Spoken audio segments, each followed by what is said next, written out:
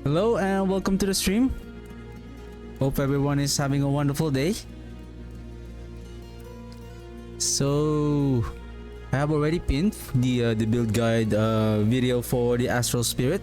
So if you're looking for another build to play, you can check out the build guide video and the build planner and the loot filter. You can check the link in the description box on the video. So today, so today we are going to continue playing with the Blood Blight. And yesterday I was also doing some testing with this one, and I just want to show something. What is happening with this build right now? So for what we know, so let's go to the training ground. So the Blight, using the Ebon Piercer, what happened is, according to the Ebon Piercer, that it shoots 4 more projectiles. The 4 projectiles are positioned. So the Blight is basically, it shoots perpendicular to our Necromancer. If we're going to remove the Ebon Piercer, the Blight is, the direction of the Blight is basically perpendicular to our Necromancer. Now, when we cast the Ebon Piercer, according to the Ebon Piercer, it shoots 4 more projectiles. Basically, what degree is this? Like 90 or 60 degree angle. It looks like it's a 60 degree angle. This is 90.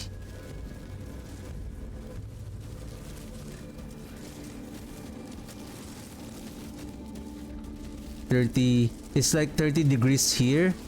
The 2 other projectiles are 30 degrees here, and then the other 2 is 30 degrees. So it's like the other 4 projectiles are being shot in a 60 degree arc formation. So what happened is, only the Blight does that explosion damage. That one. Boom. Boom. So that explosion is coming from the Blight, not on the projectile. Now, I've been trying to understand how this unique amulet is going to improve the overall mechanic of the Blight. Basically, the other 4 projectiles, it helps on doing some more area damage, because with the Blight alone, it's like that is the only damage, that explosion right there. If we're talking about the Blood Blight. Same thing with the if we're using the corruption type, the defiled area will be spawned somewhere here. Basically, it's just one spawn, that location only. And then the other projectiles is basically, it doesn't create a defiled area, but the projectile hits, which pierces the enemy, it deals the defiled area damage at 50%. And with the charm set Blood Binder, if we're using blood, if we're converting the Blight to blood, it allows us to cast twice. So as you can see, there's 2 Blights shooting. So that is just one cast. One cast, double projectile, because that is the effect of the Blood Binder. It consumes 3% of your life for to shoot 1 more projectile. Basically, to do a second cast. Now, if this is how I understand the mechanic.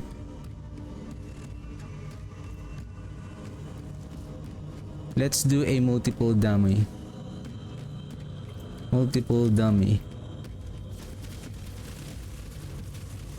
So the explosion is only on the Blight. The other 4 projectiles, it pierces, and then it deals the damage similar to the defiled area.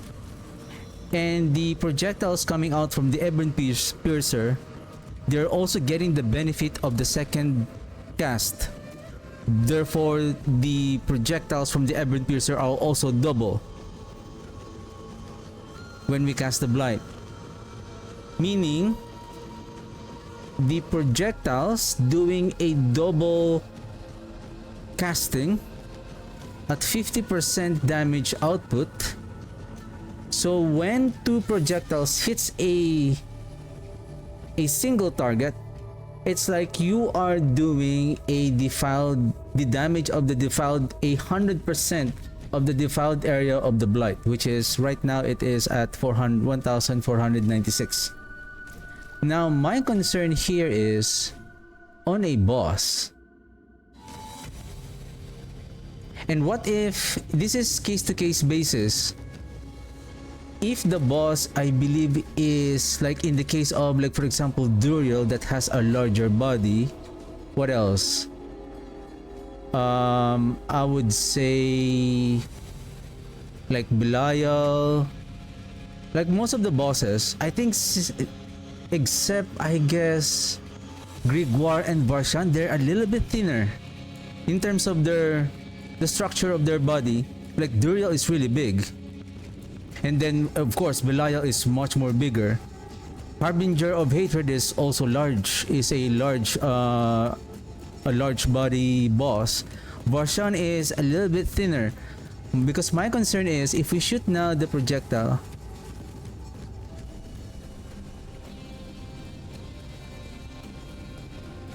thus all of the projectile is hitting the boss. Maybe multiple.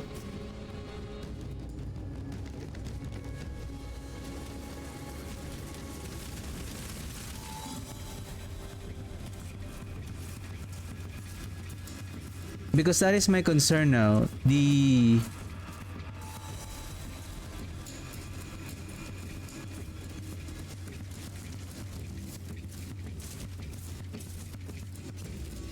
What if I would say the Ebon Piercer is good for clearing.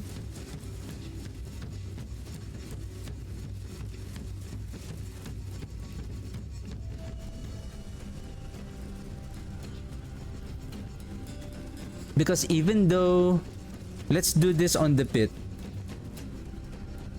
Do I have an extra amulet? I think this is ready to go. Because I'm planning to craft an amulet. Let's do a one pit first and then. Because what I have noticed is that if we're going to use a different amulet wherein we're going to apply all of the multipliers, well, I would say because for example 5 to Blight, if you remove 5 of Blight, 1496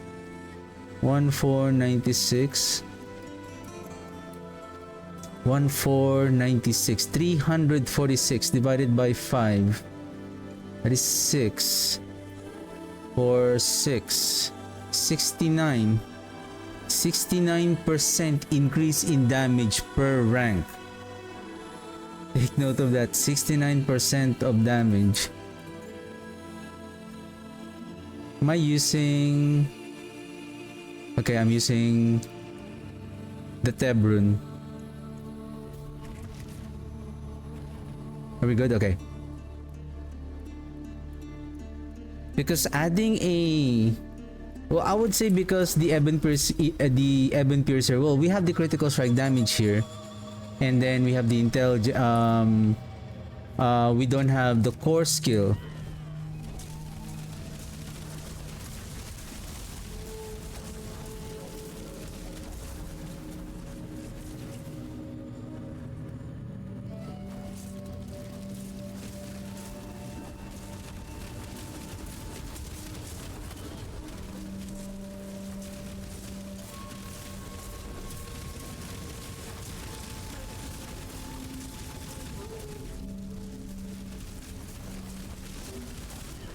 Because we have two options here, deal more damage or more area coverage of the Blight.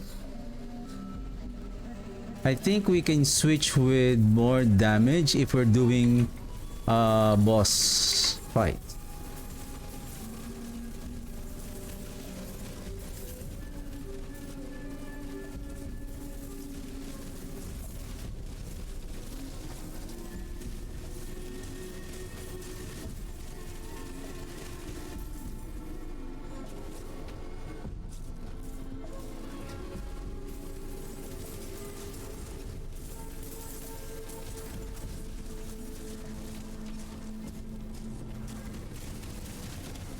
And my problem with the setup of this build now, I need embalmer.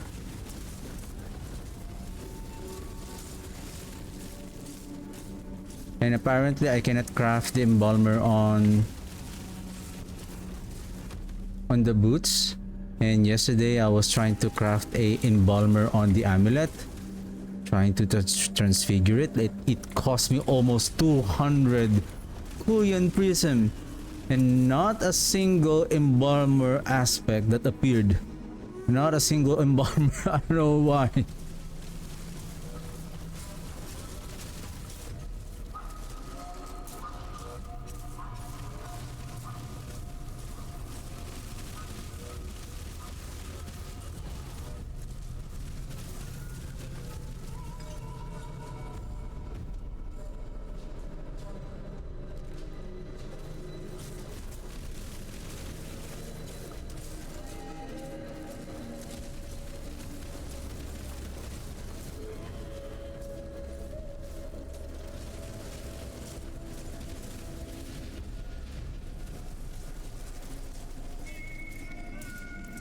I like the burst damage effect of burst damage type of mechanic.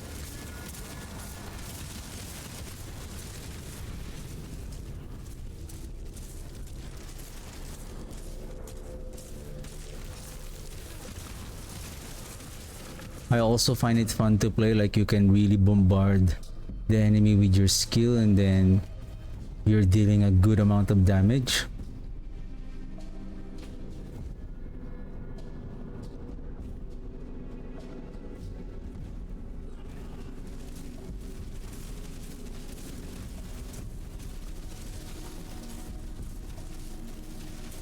We just need to be careful with our Godslayer crown that we are pulling the enemies all the time.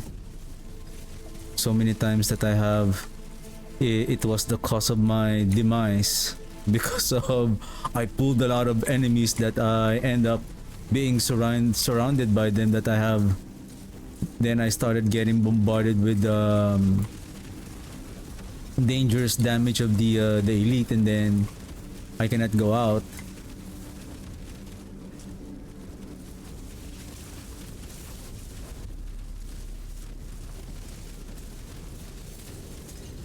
Huh?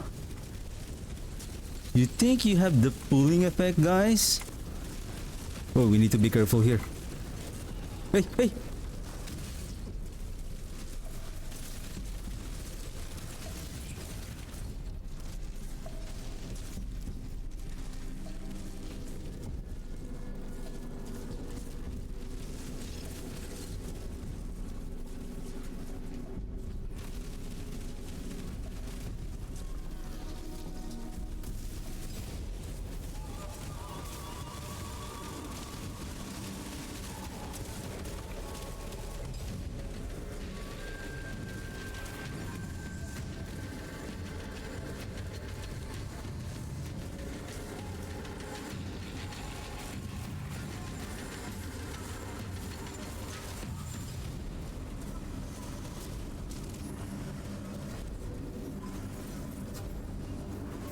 Yeah, our blood orbs production is very low. Yesterday I think I have, yeah, this one. I was using this one because of I'm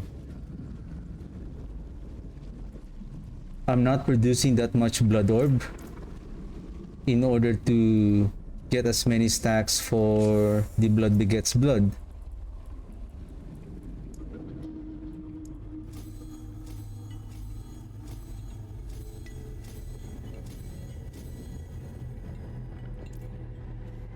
I'm thinking, what if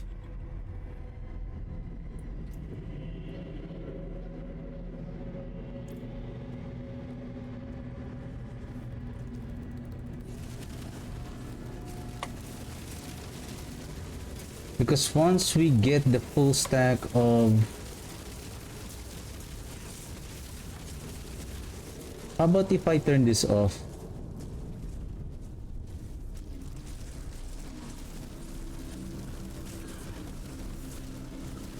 Can I still get the stack, or will I lose one stack and then it's okay, like gain and lose?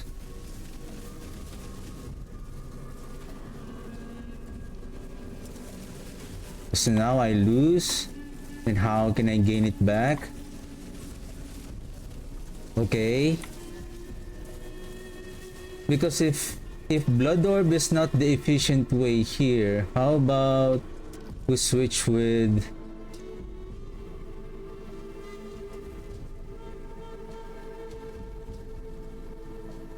I'm not really getting the benefit of the blood orb. It's hard to, well, I guess if we have the embalmer, it's really hard to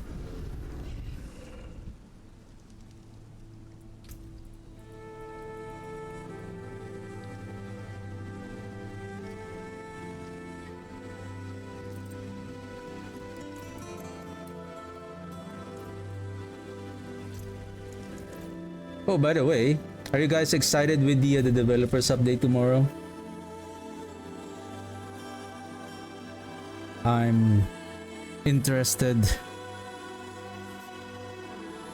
Not yet excited, but I'm just interested on what's going to happen. What's going to happen on the developer update tomorrow. What's going to be the final, especially the patch notes. I'm looking forward on the patch notes.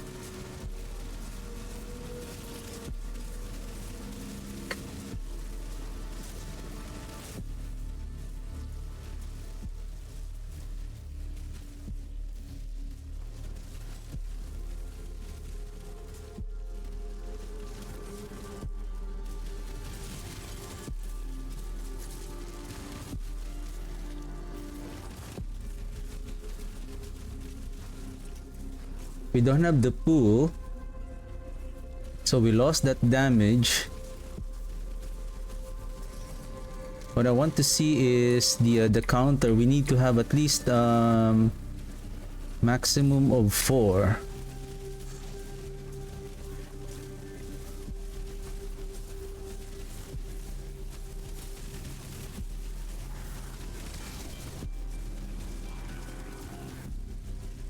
Are we getting 4?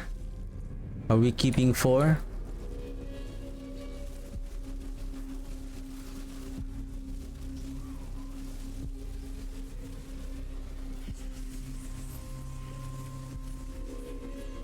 I guess if we are keeping 4,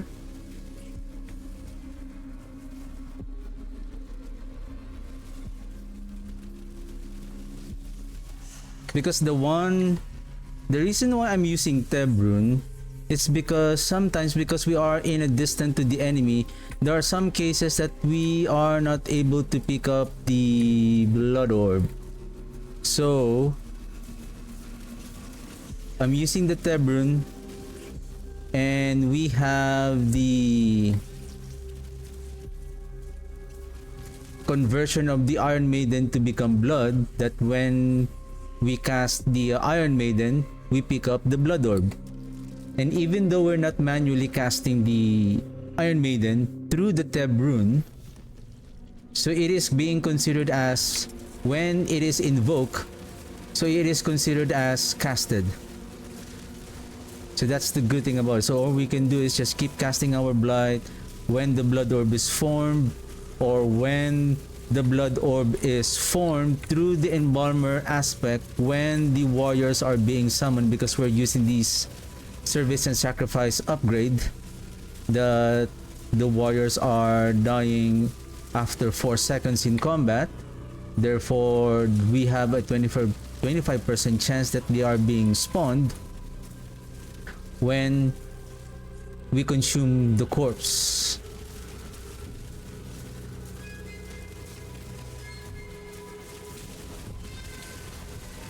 But I see the efficiency of the Godslayer crown, that when we pull the enemies,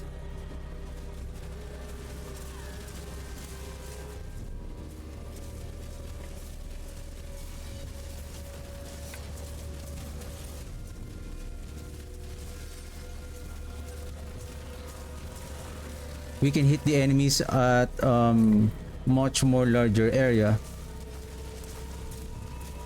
Sorry, not larger area, but we can hit more enemies at the same time. And I think I dropped the heart.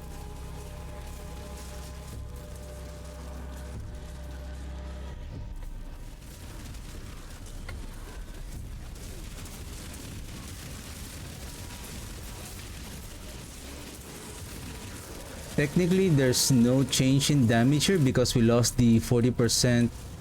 We lost the damage from the Godslayer crown, and then we're gaining it back from the stacks of damage from Blood Begets Blood.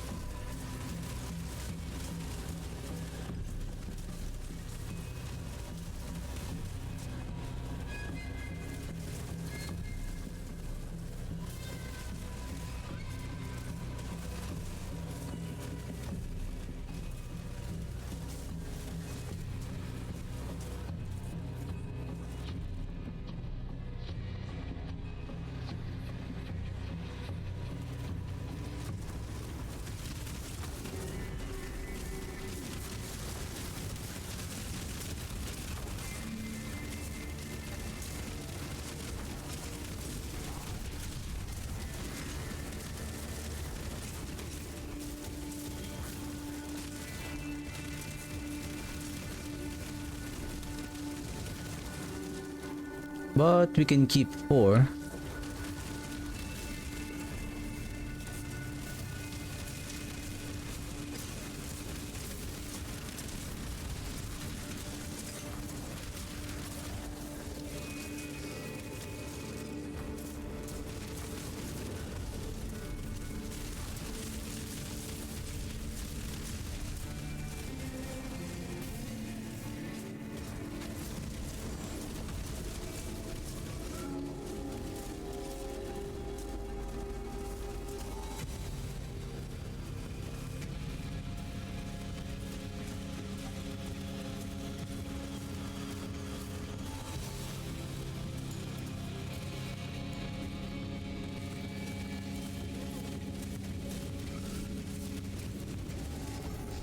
Yeah, we were able to keep the 4 stacks.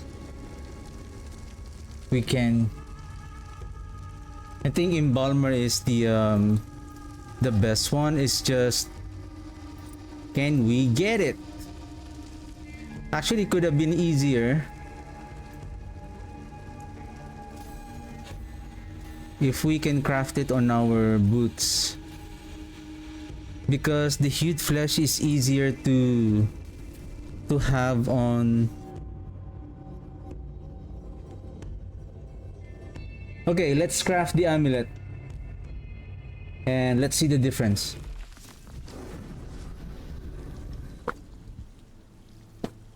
But basically we need the Godslayer crown. We need the Godslayer crown for grouping the enemies together. I mean, one way is I can swap here and then we can use the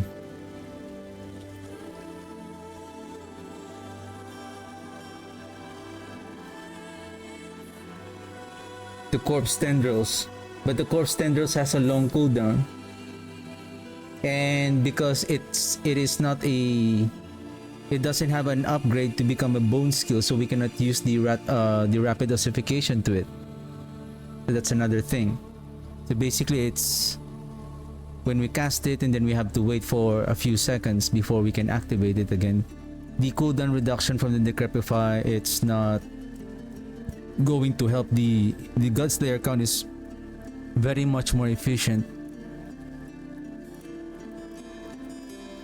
Basically on pulling the enemies together.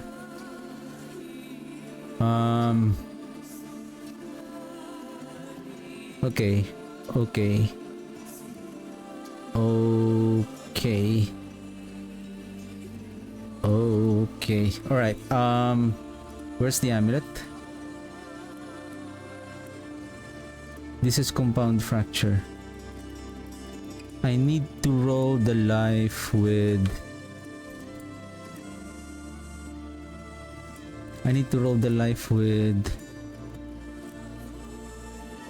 hoping for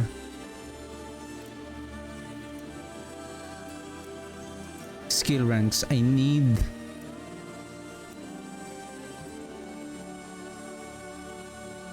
either blood or core.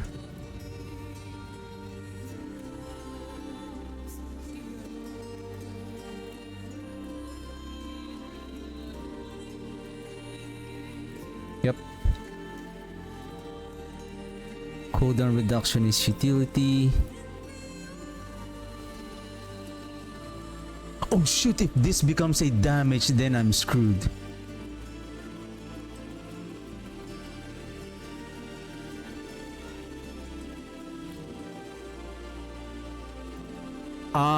I think... Give me a second here. I think... I need to re-roll the intelligence.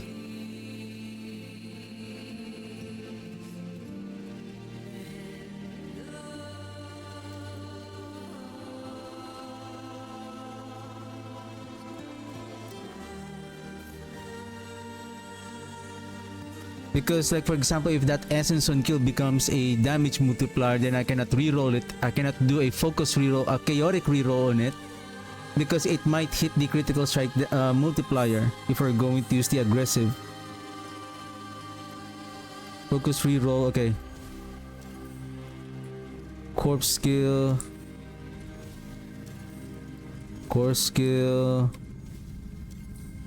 Blood skill, but make it 2 please. Make it 2. Yeah, I mean not minion. Come on. Seriously.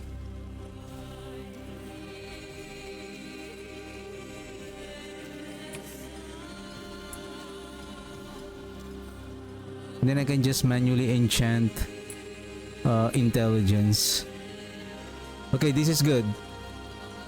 This is fine. This is fine. Then now we can enchant the essence on kill with intelligence. I think intelligence is not hard to roll on the enchantment.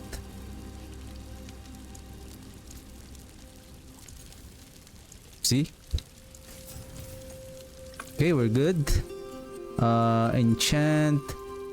I think this one would be best if we're going to use the what's that? The untimely death.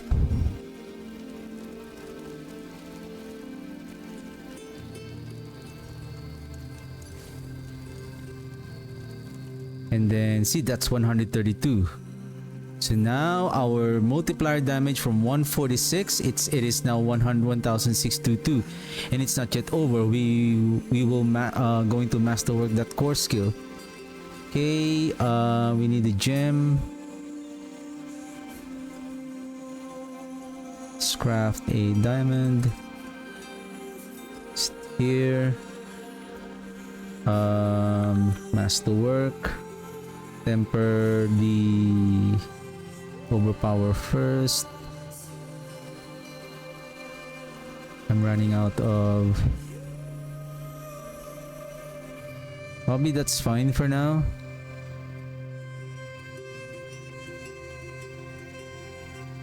Because this is just a trial. Okay, let's hit the core skills.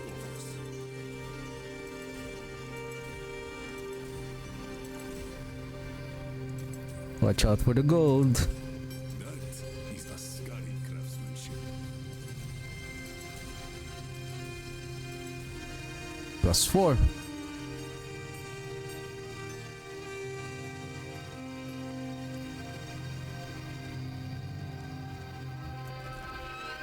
We're all good. We're all good. So we're now using the Godslayer crown, and let's see the difference.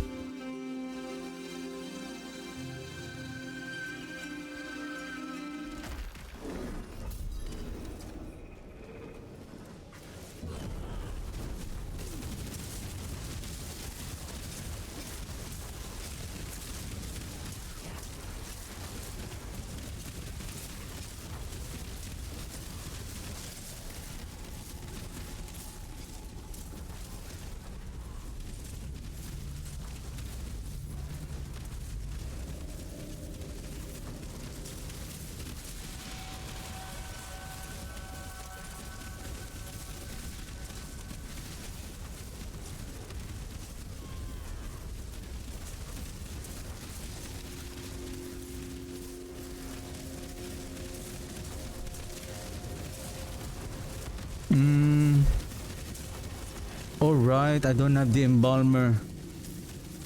Let me use this one for a while.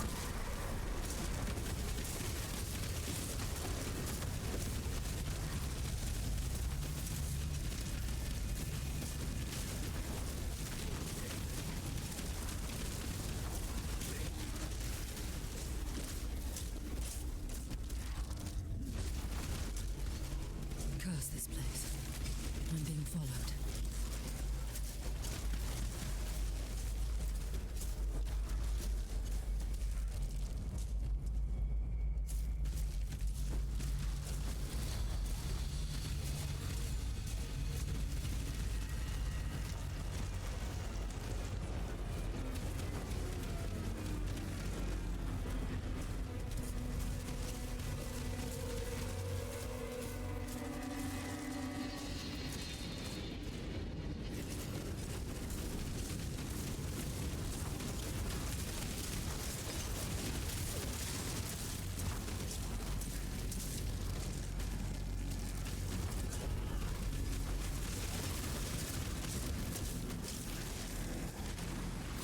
Quite the challenge, eh?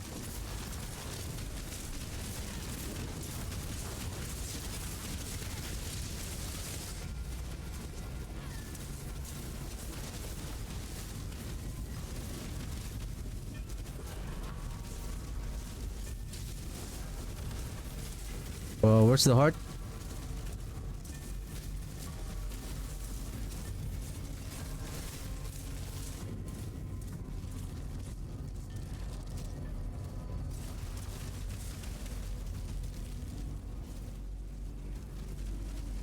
For this setup, it is important to really crowd control the enemies properly, like to group them, not to just keep on casting your Decrepify. It's important just to properly cast it, and in order to group the enemy as many as together as much as possible.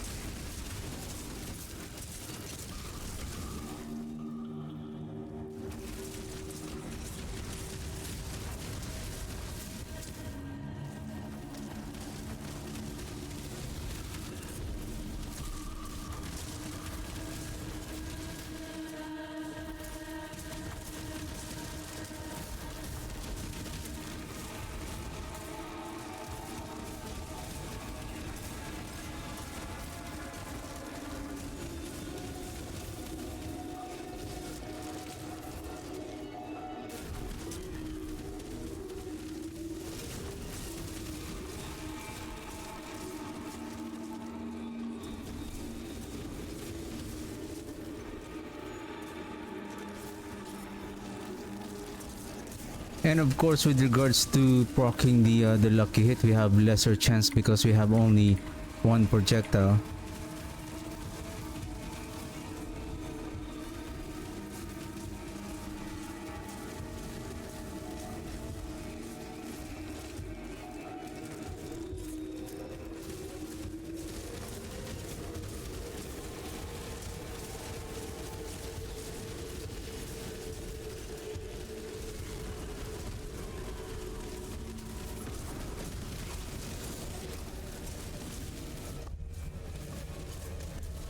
But we can see the potency of the damage.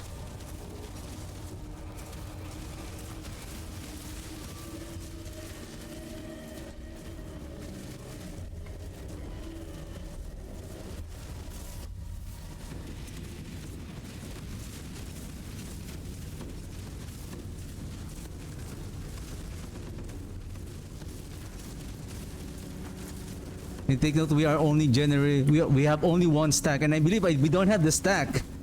We don't have the stack of the blood begets blood. Take note of that. We don't have the stack of the blood begets blood.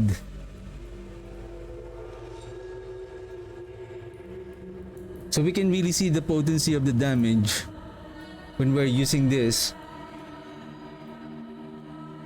Then again, we can also get those these affixes into this amulet if we're lucky to get them.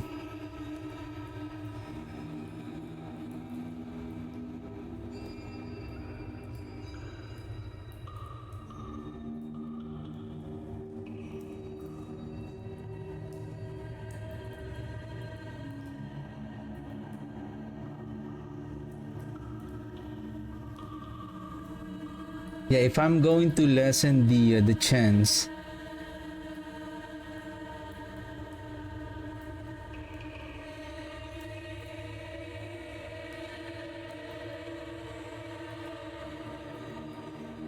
because 132% multiplier, this is a new and additional multiplier at 132%. This is like you're dealing 2.32 of your damage, like you're doing damage twice. That is why it's almost the same output of the Ebon Piercer. It's just it's lesser area coverage, because unlike on the Ebon Piercer, you're shooting and hitting that defile damage to your enemies in a 60-degree arc.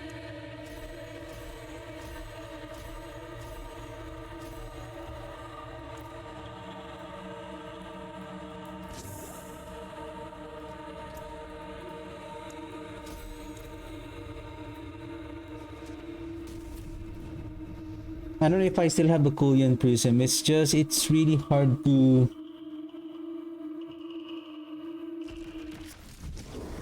Basically, the Embalmer is the key if we're going to use the Blood It Orb. is done.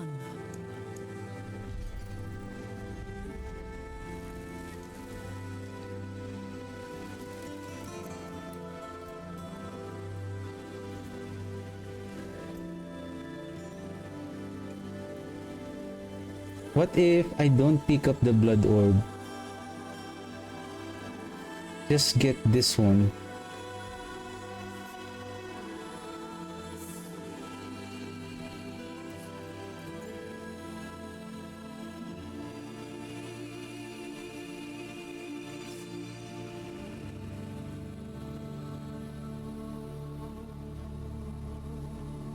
And what I'm going to do is to switch with... Okay, this is going to be...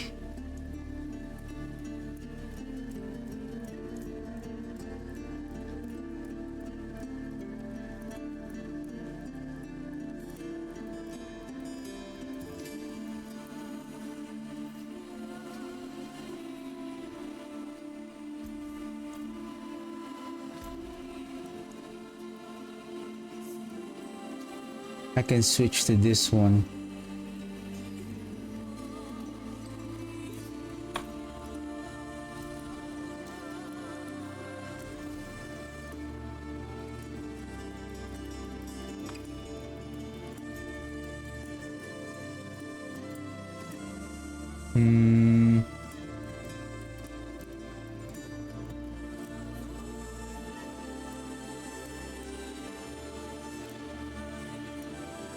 Yeah, embalmer is the key. I believe I don't have the Cullion Prism anymore. I have 67. I believe this is the last Cullion Prism that I have. It's really hard to roll that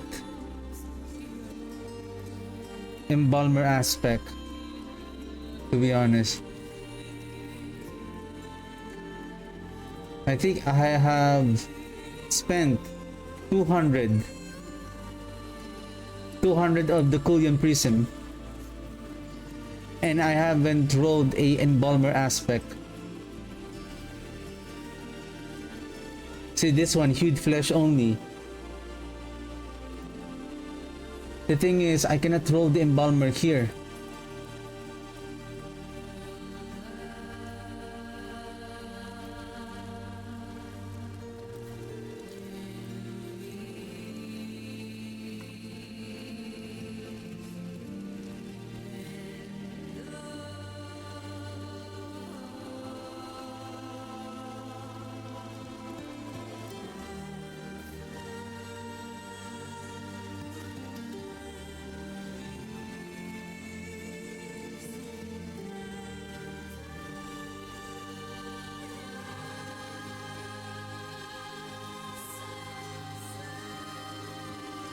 Because I can use this one and then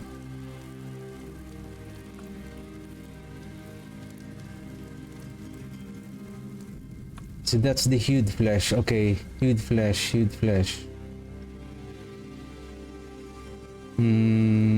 Okay, let's try this. It's gonna take a while, but let's see the difference.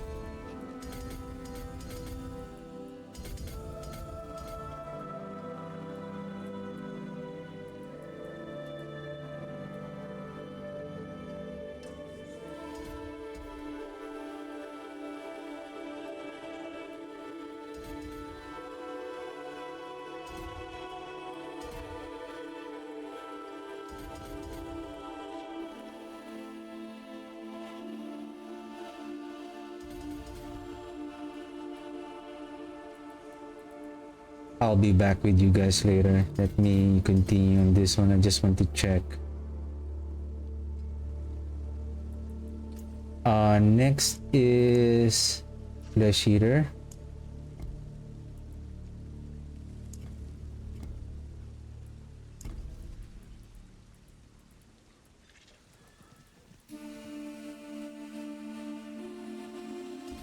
Oh, in this one again?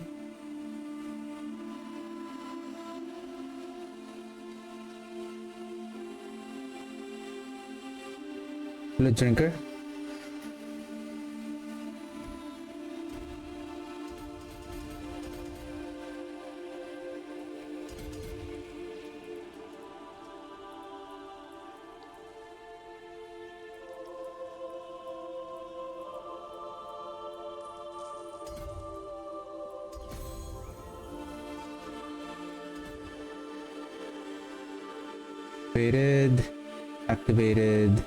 Activated.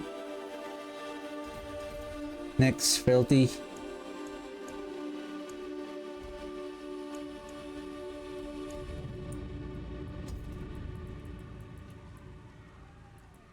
Dominate.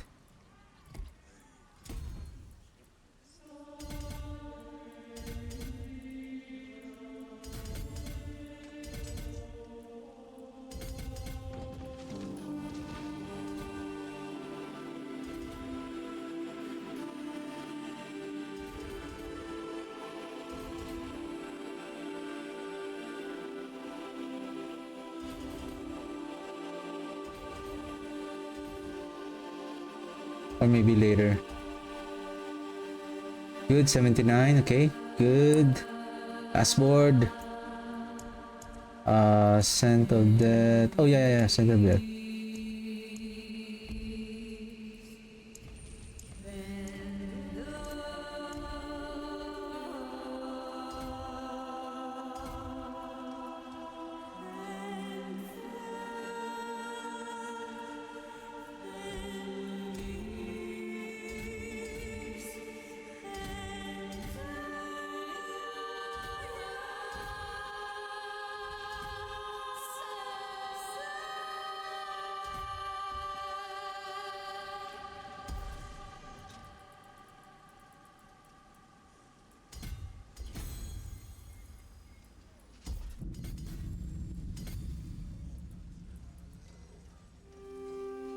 Still have 39 points. We good here. Dexterity, dexterity, dexterity. All good. Except one more there. 54.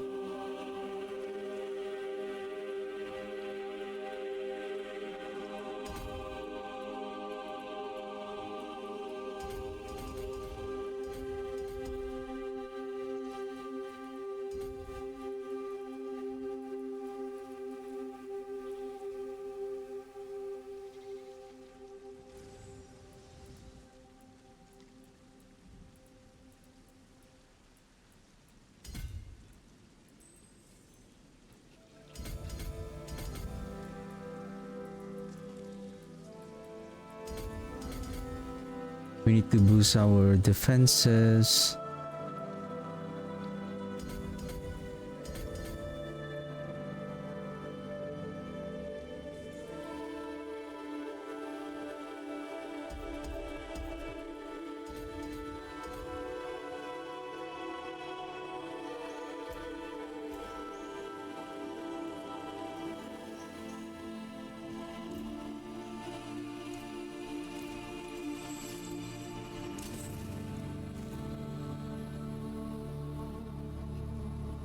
Okay, let's try the Ebon Piercer again.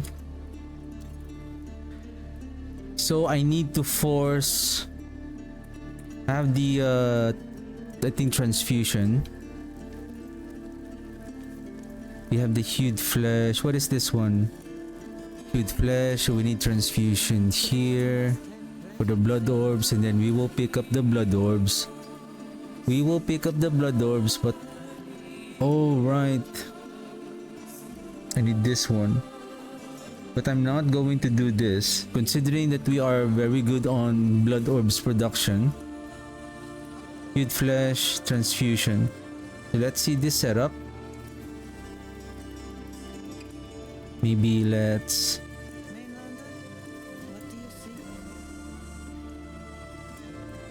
core skill Beru.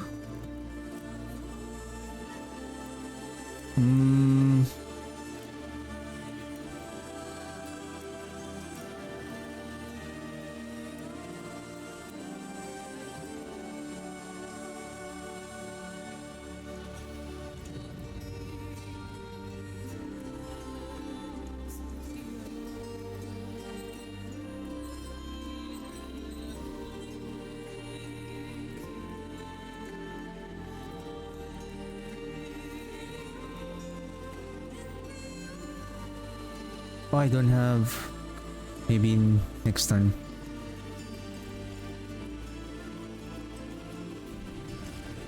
Okay, bloodbath. Test number 1.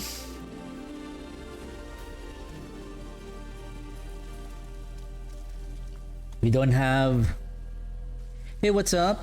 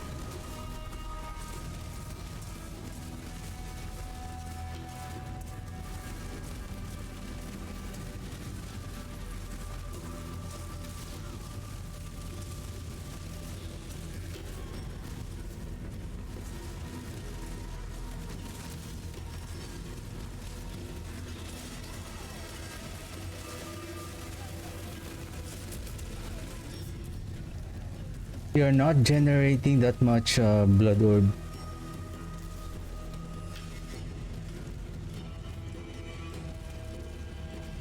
My only worry is that we're not going to lose the stack.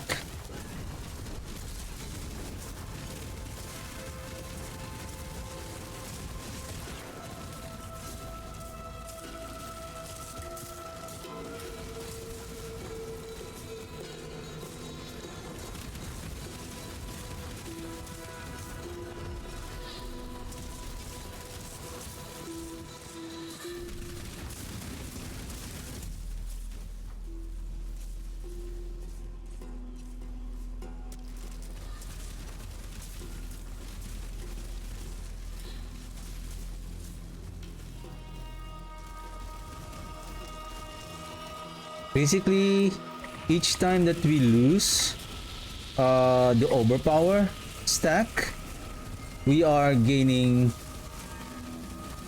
that 50% additional multiplier from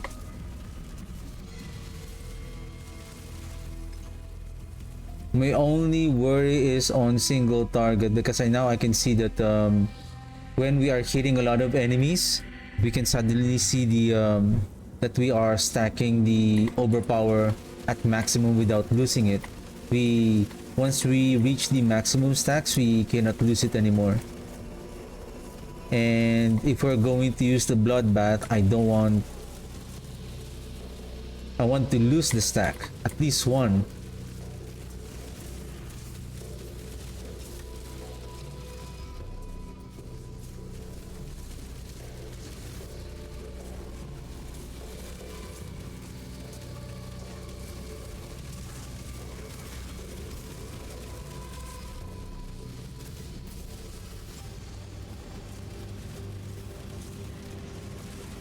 See, now I'm not losing any stack.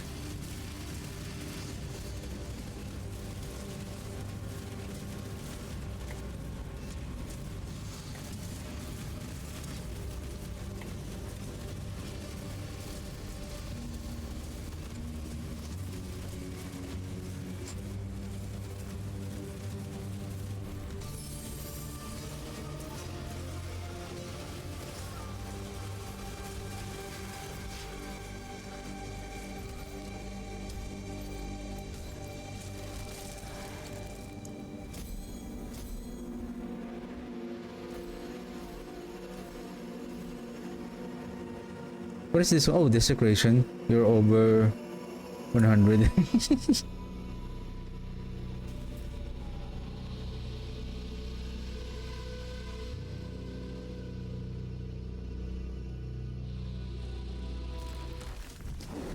Okay, give me a second.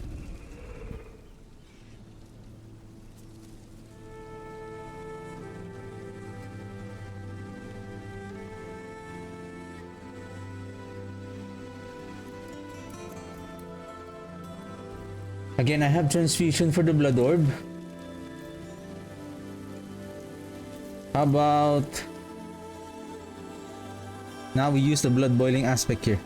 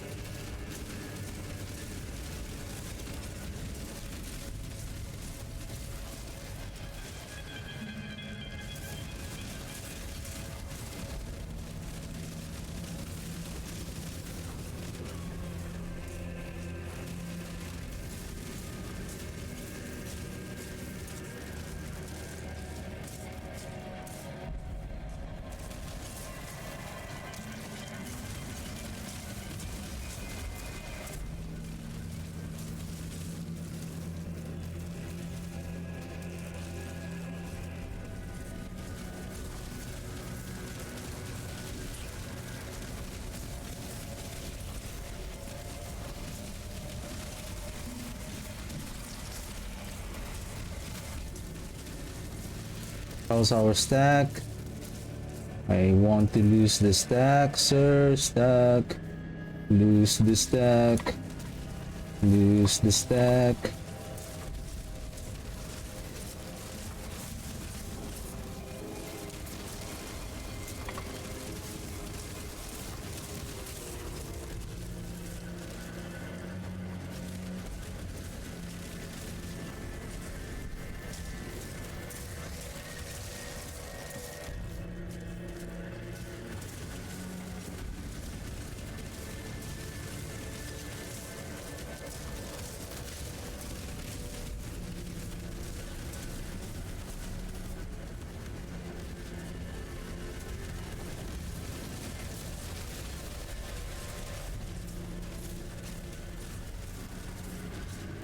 Curse this place. I'm being followed.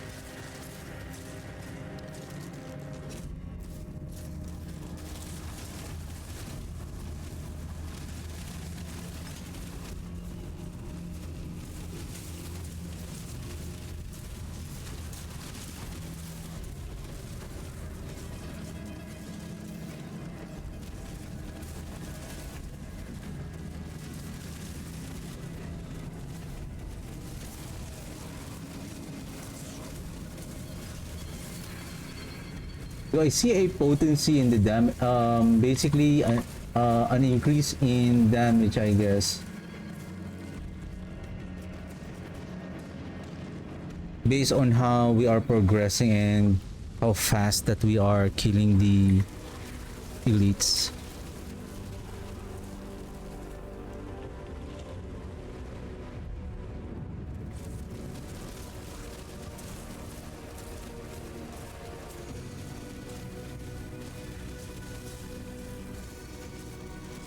It's like we lose the stack, we gain the buff. We gain the stack, we gain the buff.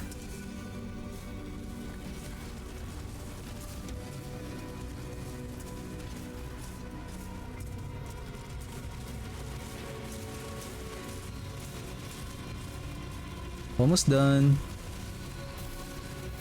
Now boss time.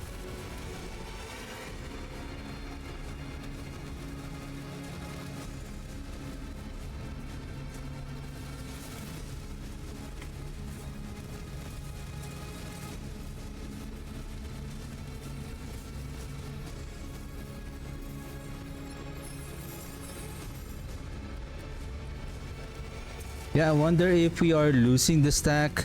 How much is the duration? Let's see here. How much is the duration? So after gaining or losing a stack of overpower, you deal 50% increase in damage for 5 seconds.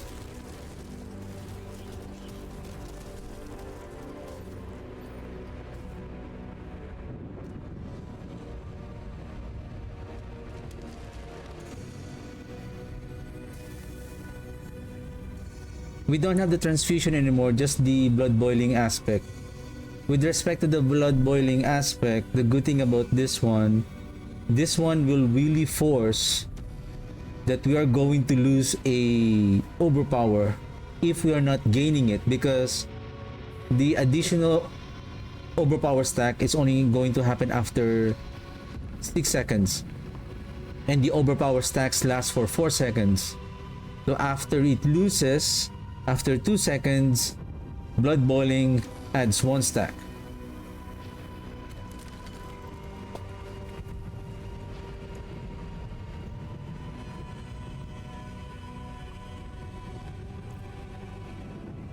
And I didn't check if I'm gaining life because... oh, never mind. I feel like it's better to add the untimely death here if we're going to do with this setup, because untimely death is 100%. Rapid ossification, Ratnos chosen.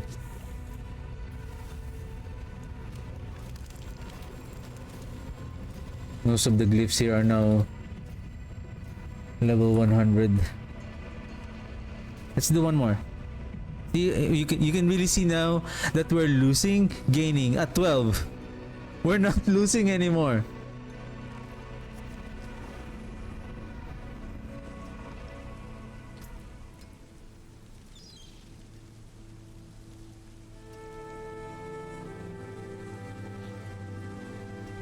What if I have life on hit?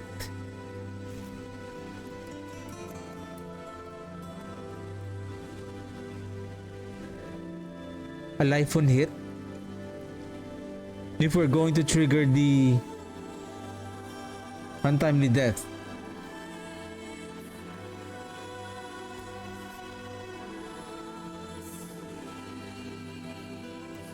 This is +2. Okay, let's do one more.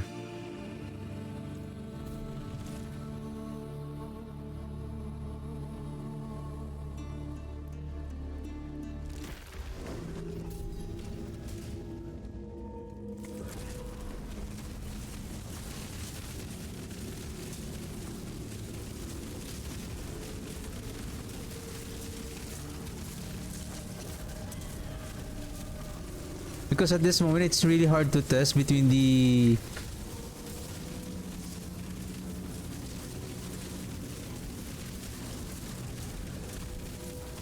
blood begets blood and the bloodbath. It's because I cannot place the embalmer on the boots. If I have that, I think the embalmer, based on our testing a while ago without the Blood Slayer crown, I believe embalmer is much more efficient on our blood orbs production.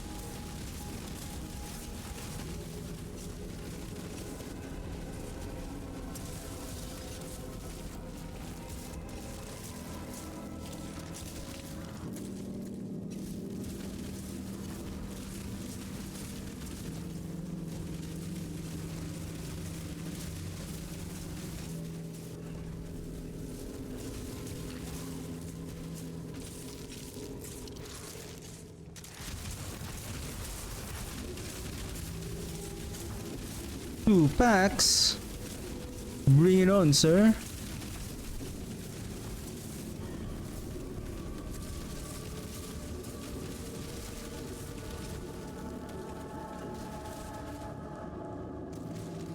As long as I guess we lose a stack within 5 seconds, then we can sustain that additional 50% buff.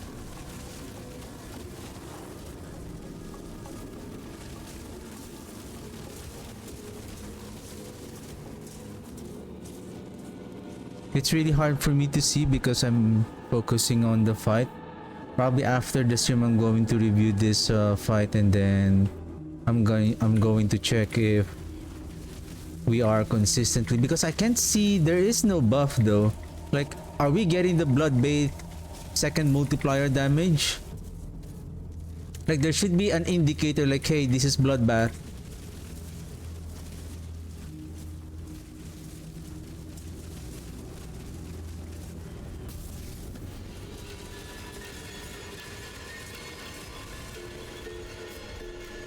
Wow, that's a lot of blood orbs. Corruption orb. Where are those elites? Payback, payback, sir, payback.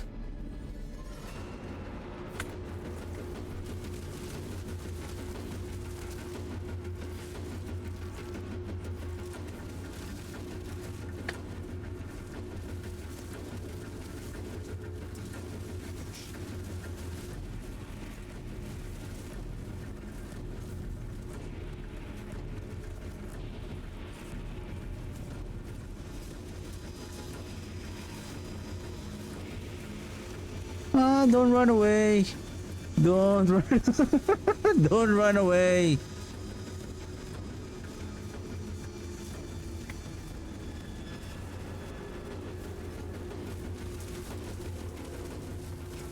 Lose a stack, buff. Gain a stack, buff. Lose a stack, go. Gain a stack. Lose. Okay. Basically, it's happening. The lose and gain is happening. If we're not going to take advantage of...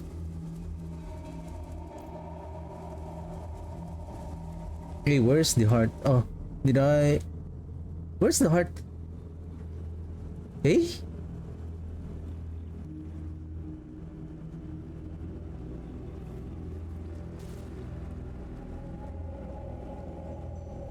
Huh? I remember I dropped it here somewhere, or we just got scammed. We got scammed. There's one more build that I want to try, the bone blood surge, but I don't know if I still have the time, because I think tomorrow, so we're gonna review the patch notes tomorrow, and then Wednesday, Thursday, my plan is to do some leveling, or I'm thinking maybe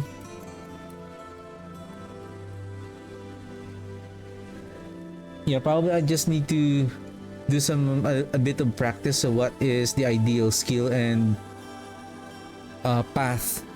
Basically, what is the ideal skill that we need to invest on early on the on our level.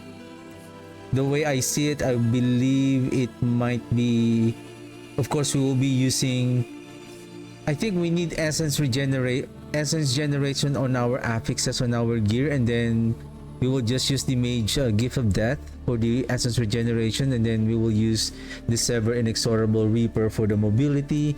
I'm thinking maybe blight for the pulling effect of that code, or the bone blood surge that shoots these bone shards.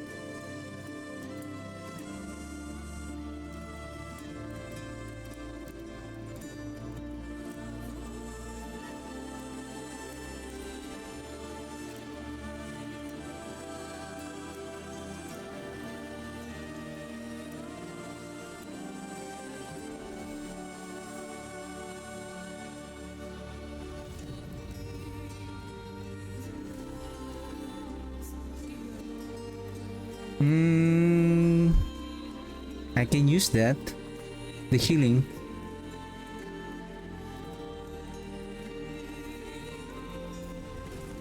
Let's try this.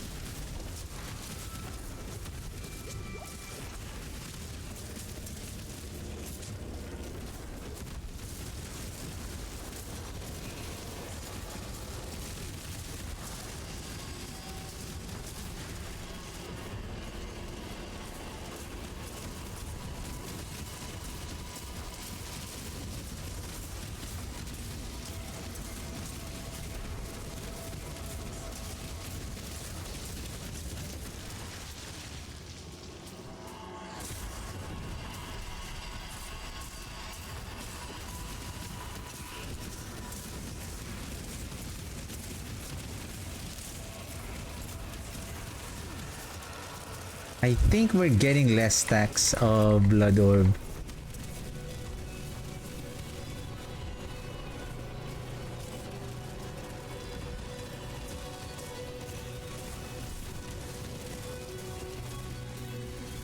Because we have lesser projectile.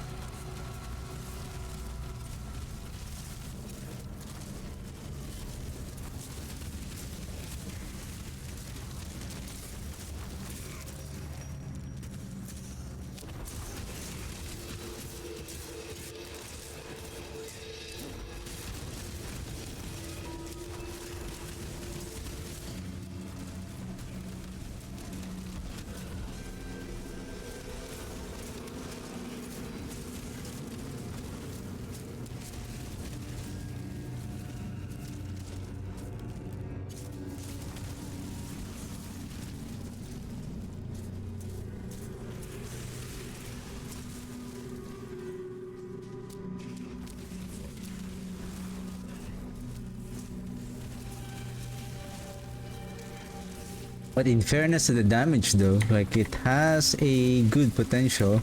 It's just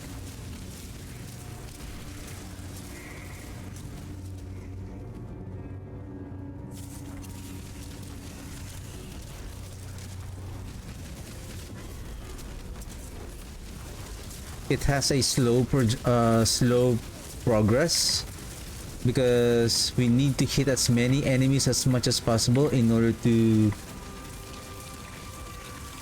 Wow, I see now. Well, I don't. I'm not surprised about that 150 because take note, if our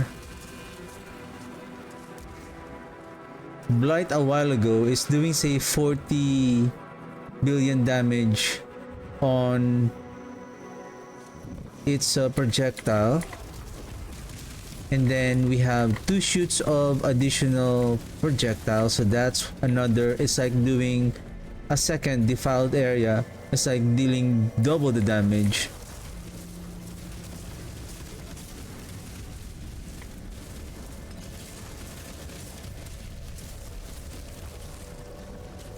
You know, to be honest, like the damage of this setup is more potent, but it has less area clear. That's the only difference.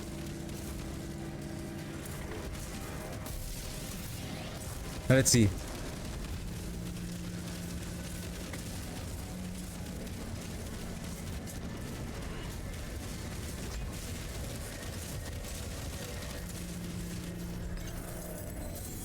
The same?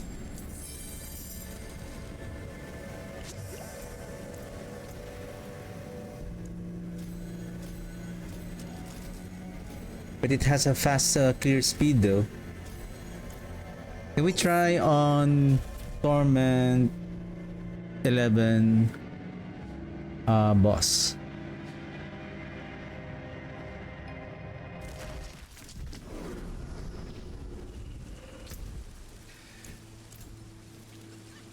I think this will be our only problem. Let's try Baby Dury. Let's try Baby Dury.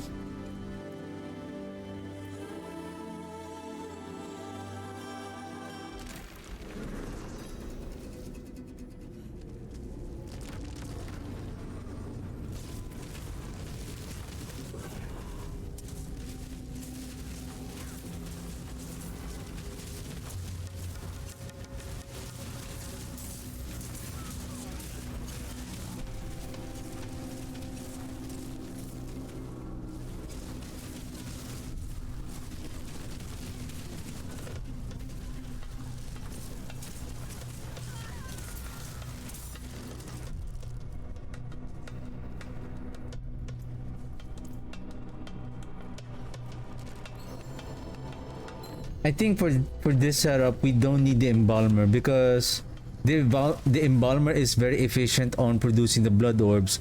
Therefore, during the fight, especially during the boss fight, we might be spawning consistently on the blood orbs that we will keep on gaining the stack without losing any stack.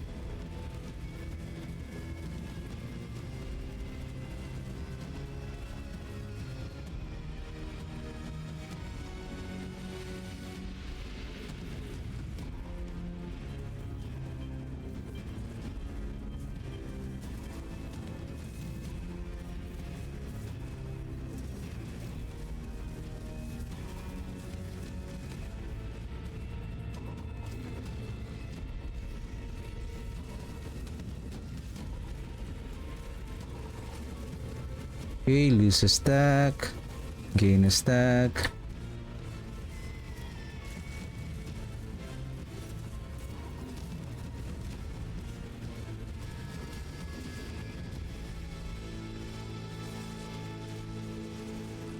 How about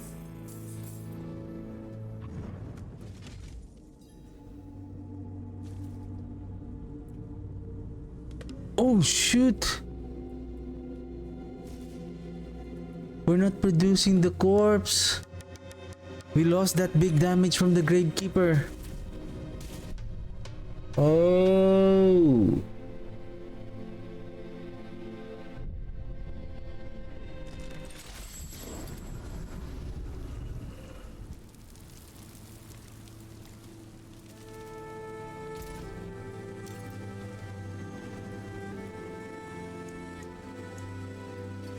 Ew, I don't have any more coolant prism.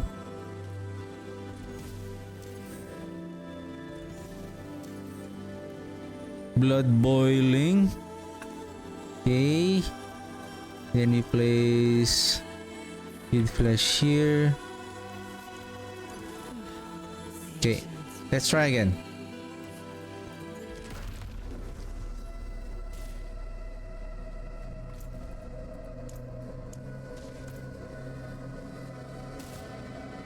We can't reset.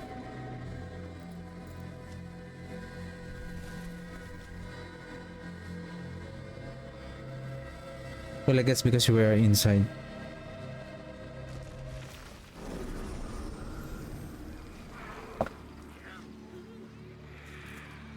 I just tried. I know you cannot reset it if you are inside. I think because of that mechanic could be exploited.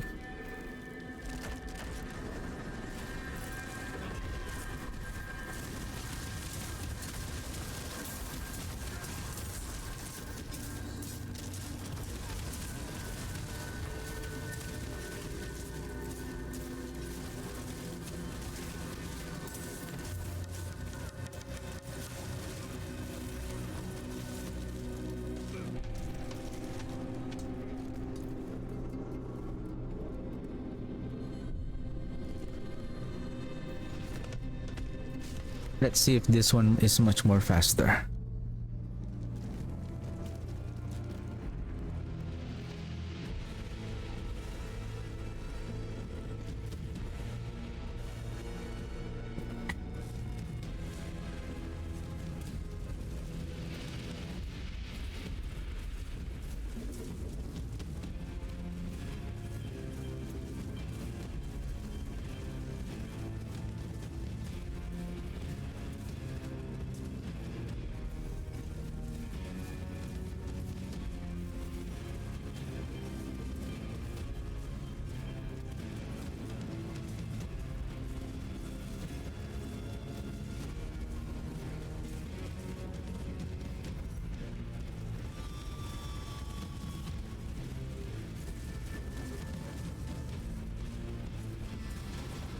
Yep.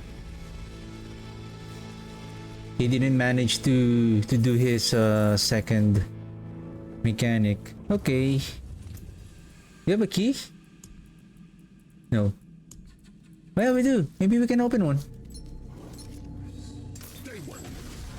Huh? What's up, B? It's been a while, B.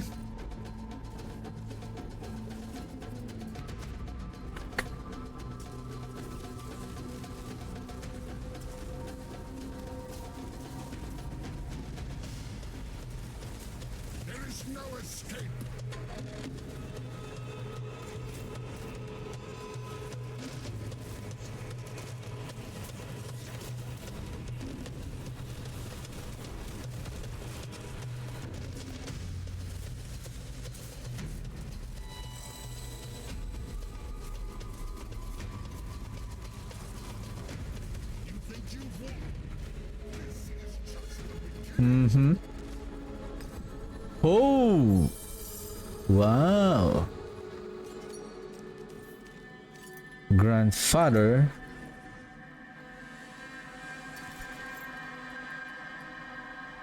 We can salvage that. We can salvage that. Okay.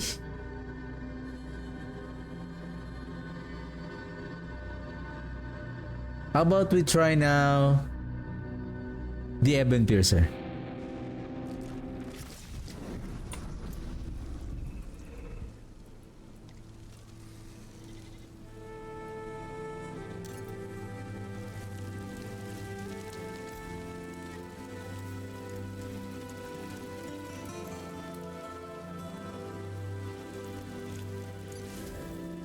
May you find your way back. Step up to my anvil. Let's just salvage that. What is this? Juggernaut?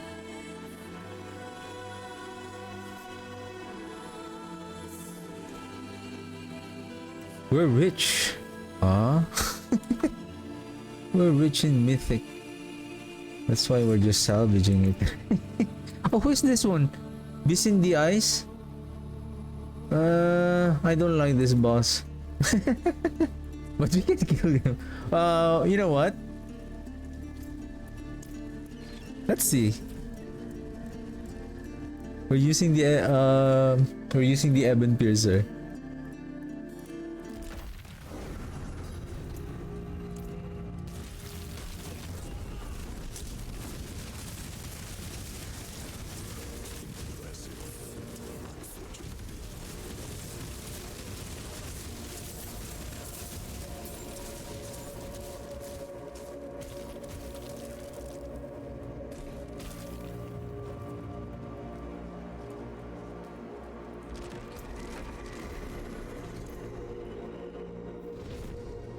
We gain. We lose. We gain. It's good.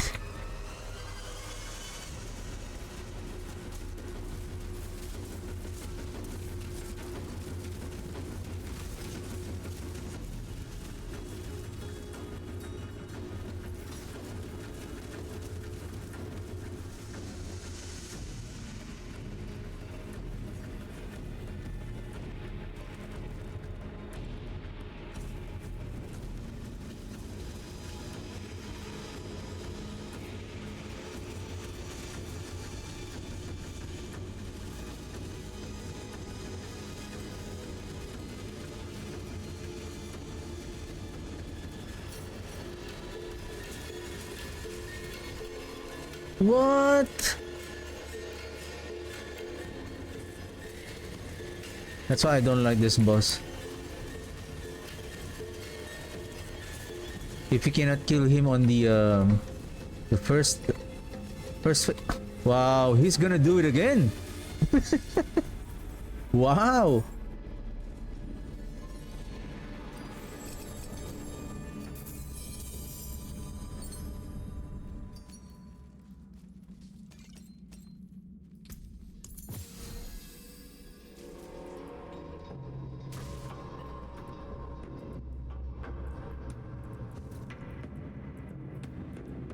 Okay, let's go back.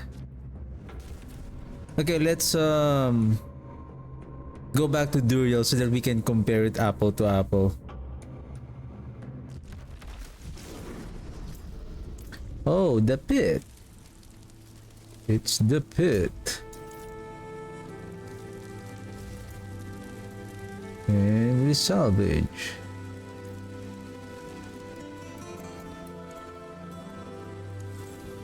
And we destroy the charm.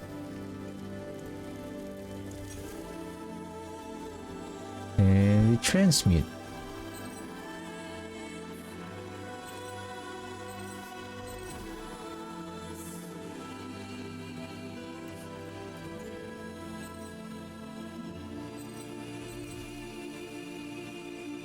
Okay.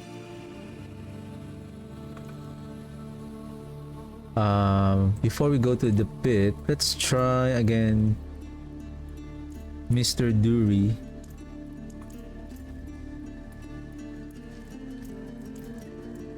Two days.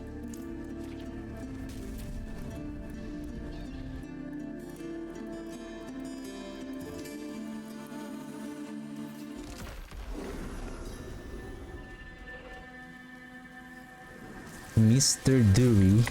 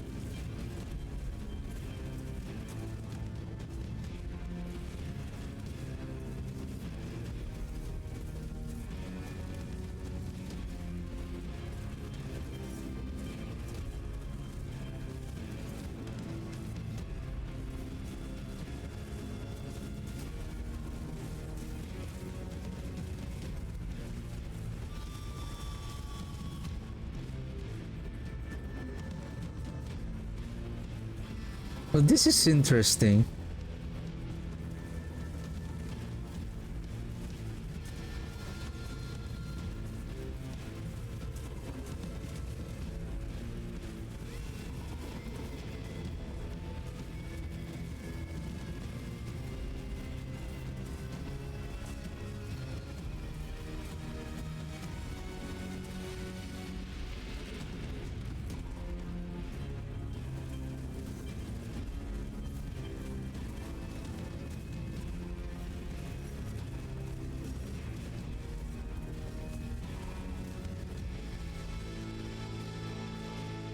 Let's do it again at full stacks. At full stacks.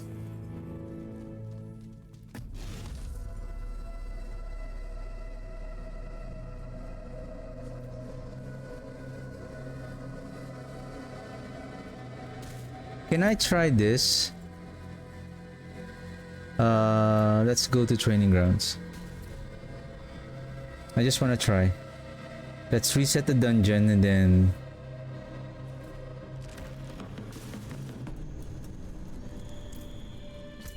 reset. Let's just say let's build up our overpower stack here. Multiple training dummy.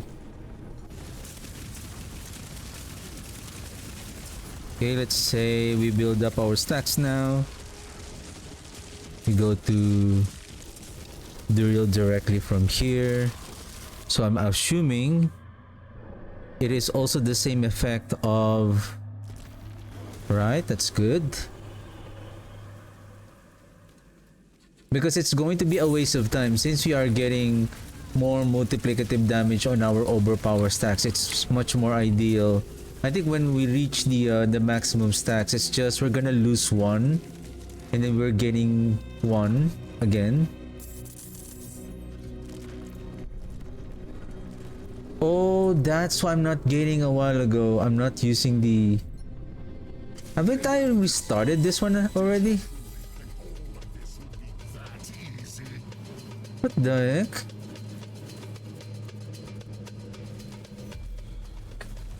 Do I need to go out?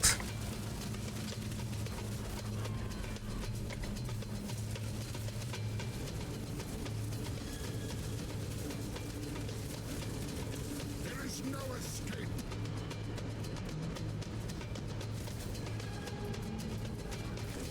Do I need to go out on the dungeon?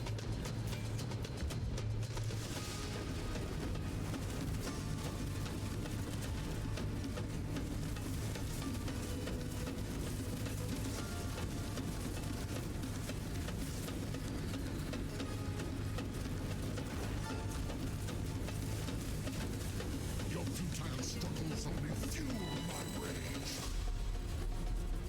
Hey!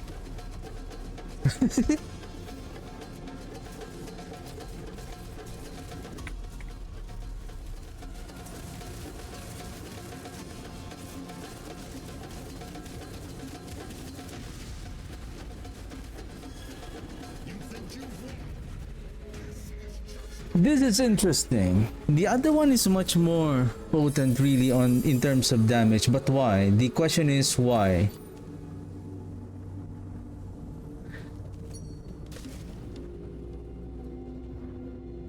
If we are close on the enemy, the 5 projectiles is hitting the target 5 times the damage.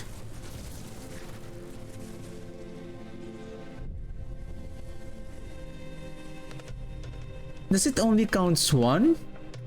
That's the thing.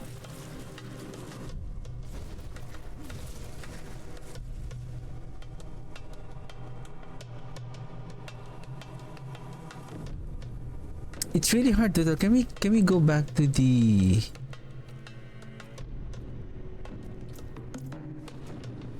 because let's bring my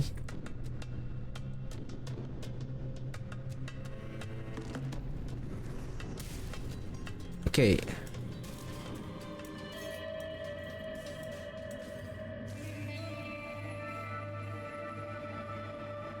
Let's remove the additive damage here.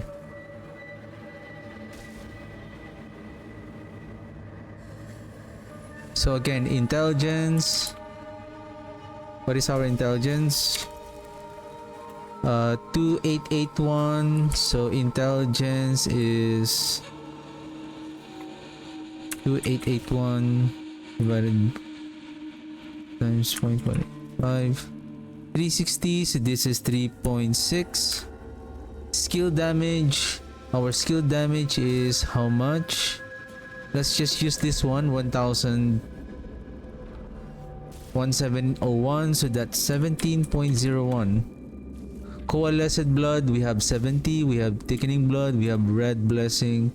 We have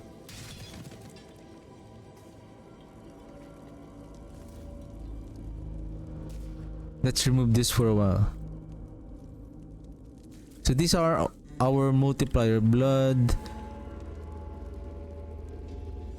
I think the multiplier for the blood bait, we have 1.2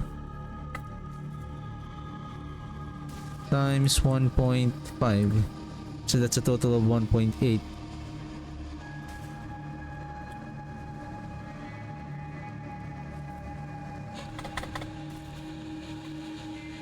Let's remove the additive damage. Let's just focus on the multiplier. Our multiplier right now is 833. This is without the untimely death.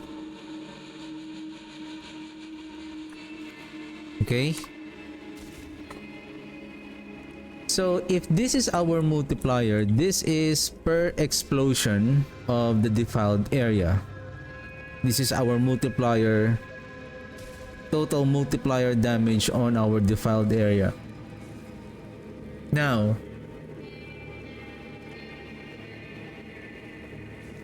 without the Edmund Piercer, with the effect of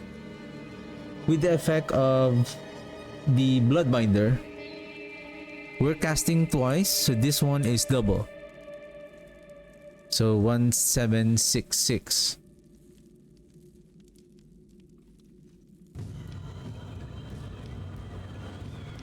Now, if we're going to use the untimely, let's write down the 1766 here. This is give me a second.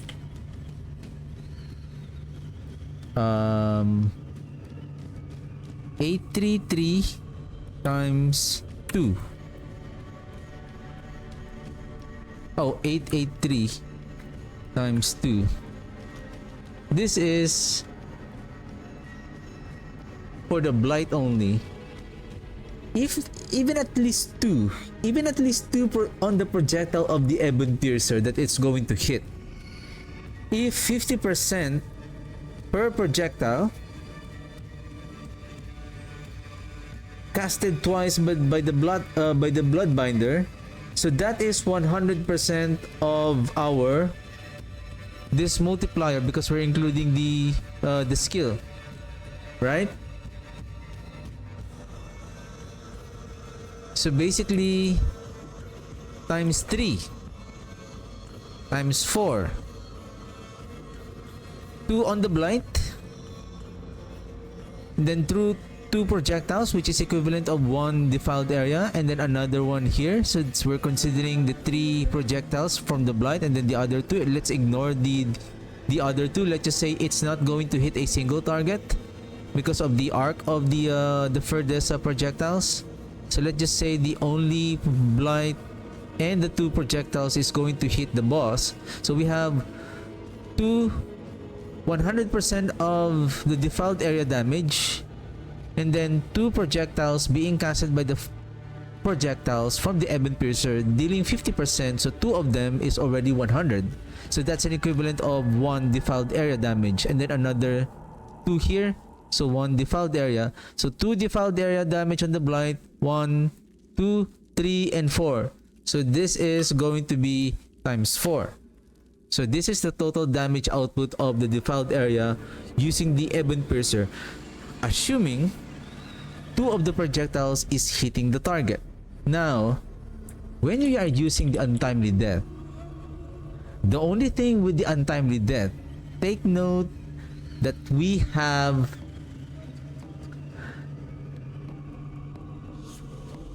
the core skill, the another multiplier damage.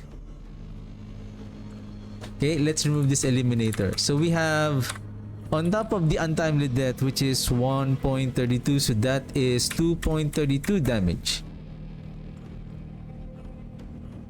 Okay, we have the core skill of doing how much in total?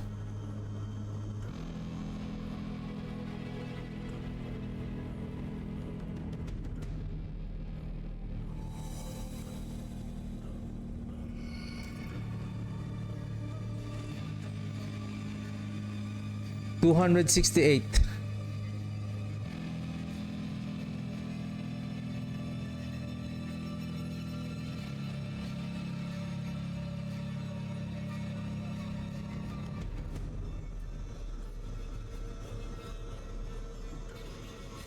Basically, it's going to add here. That is not an additional multiplier, but that will add here. So that's going to be let's write it 70.01. So this is going to be 19.68.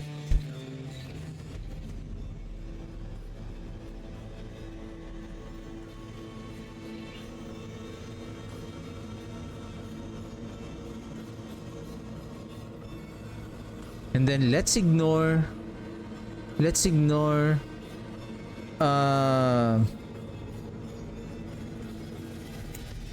the thing is, both of them has the critical strike damage. This one is 75, this is 70. There's only 5% difference. Let's just ignore that critical strike damage for now. But we have that 1.17 from the old damage multiplier, 1.20. So actually it's 21%, it's 1.21. So this is just 2,868. This is the damage of the Blight, the defiled area of the Blight alone.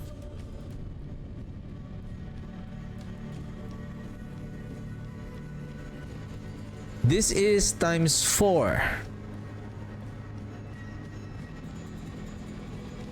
Right?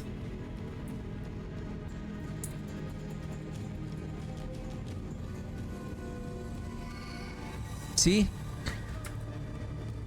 Without the untimely death, it went up by 2,868, almost 3 times the damage.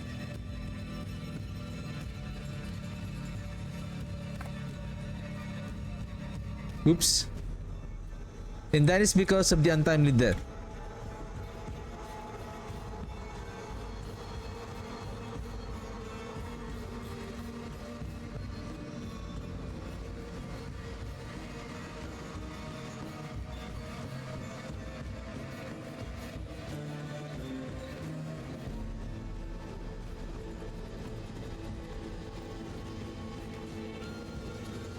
Okay. Then 19.68.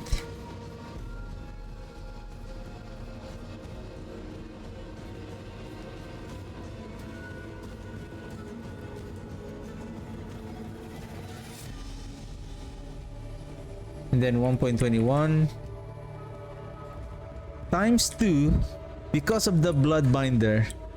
Look at the difference between these two. How much is the difference? 62% increase in damage. However, we have limited area. Okay, we have a limited area. We have a shorter area. I think we're doing with the boss. There is an upgrade on the Blight that we are dealing more damage to the enemy. And I think it's only crowd control. Is it only being crowd controlled? No, area in defiled area deals increase in damage.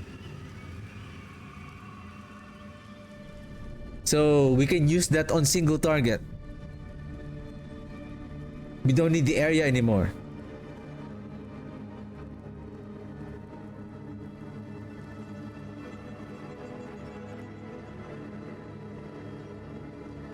And now it makes sense. Okay, now let's put it this way. This is by having a 4 skill rank without the untimely death, but you have the multiplier. This is your damage of the defiled area. If we're going to do it times 4, 1, 2, 3, 6 times 4. Wow. So even though the Blight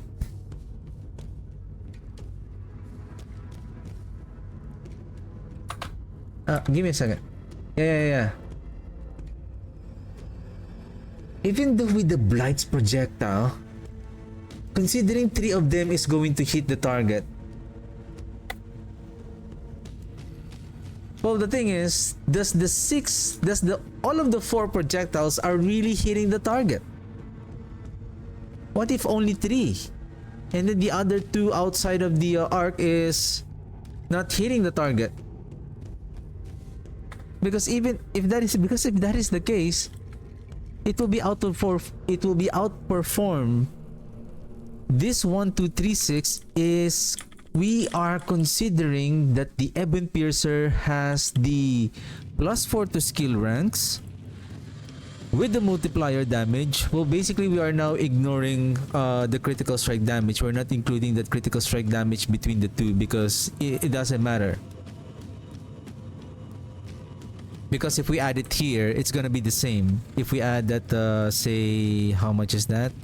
1.75. Right? So now it's 2164. 64, so that's the damage. But if I'm going to add the Ebon Piercer here, see? 2000. Is it the same scaling? 62%.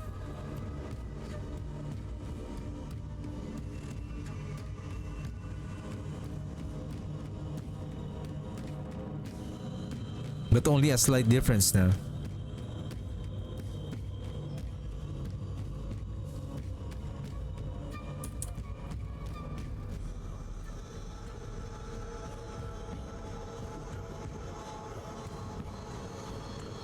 So yeah, this is really interesting.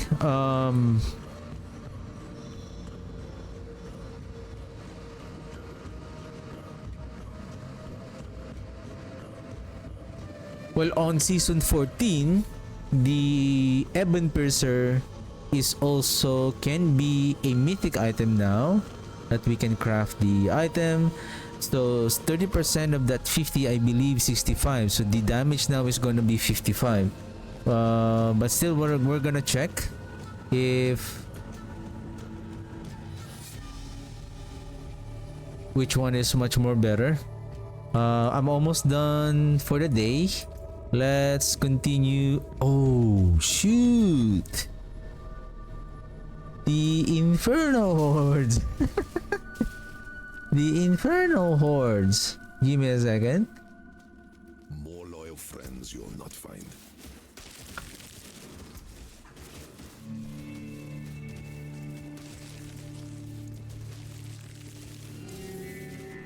I think I will. I think I will need the bone storm here. Cleanse the pit. Okay.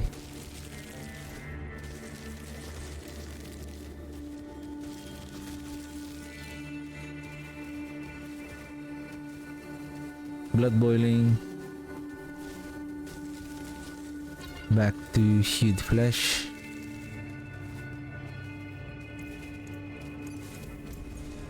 Okay, let's finish the pit. Finish one Inferno Horde, and basically I'm done for the day. So tomorrow, I'm going to listen on the developers update, and I'm going to read I'm going to read the patch notes tomorrow before I start the stream, so that I can I have already an idea what's coming up, and then we'll just discuss it on the stream tomorrow. Alrighty.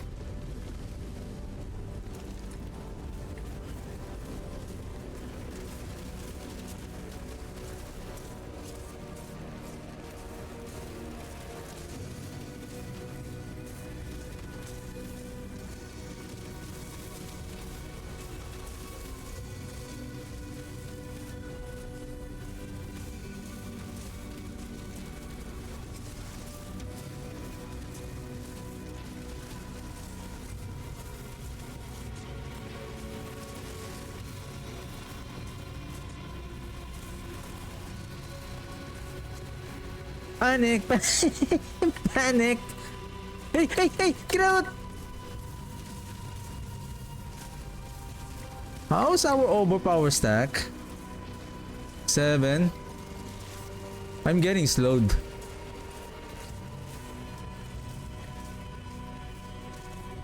Okay, boys, it's on.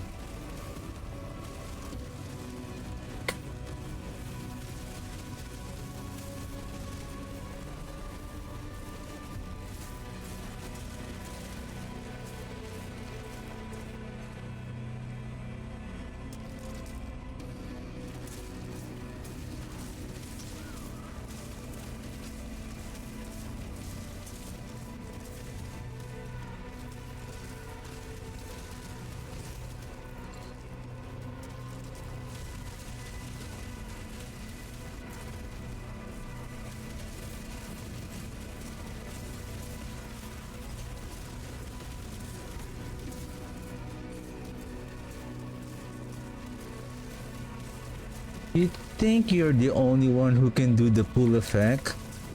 I can do that too, sir.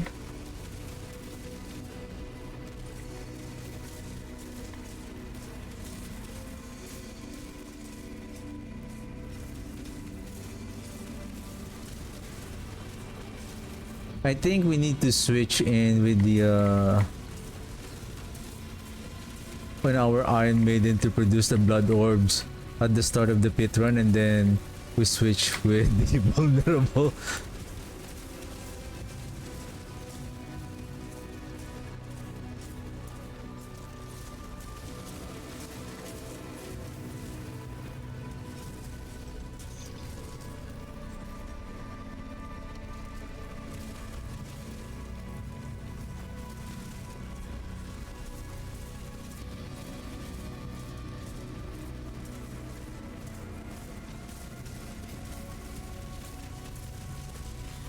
Curse this place. I'm being followed. Dead end.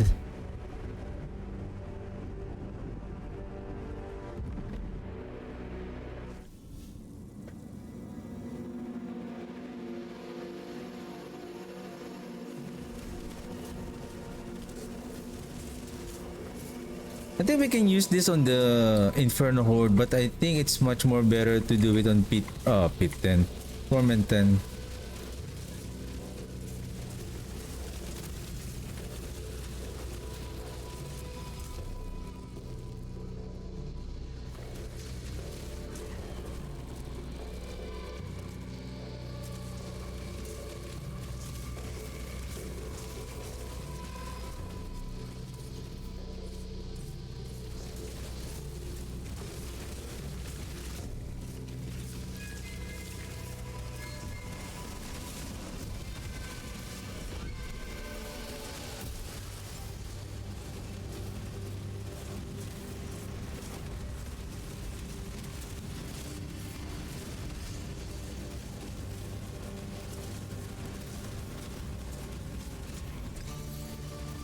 Yeah, the damage is much more potent compared to the Ebon Piercer.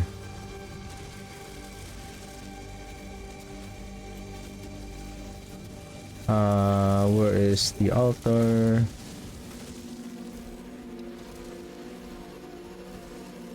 We managed to clear it in under 5 minutes. Okay, I think we need the... Oh, we need to switch on Titan difficulty. Okay, last run, Inferno Hordes. To complete our war plan.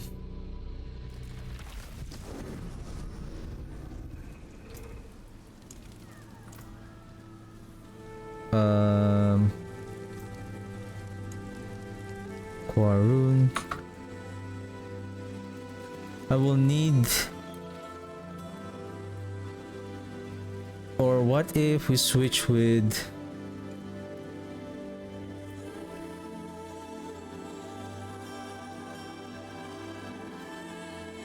I need a Tebrun.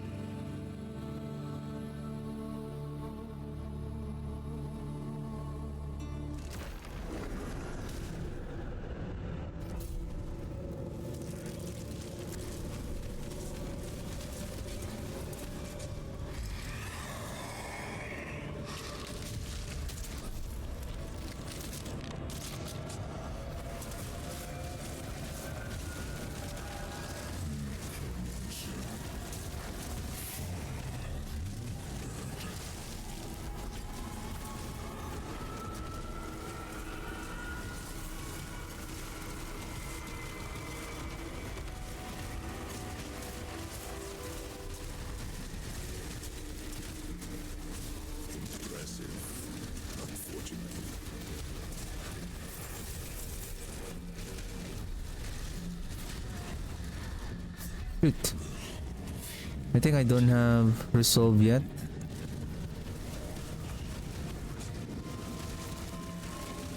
This is the problem with speed farming when you don't have the stacks of resolve, overpower.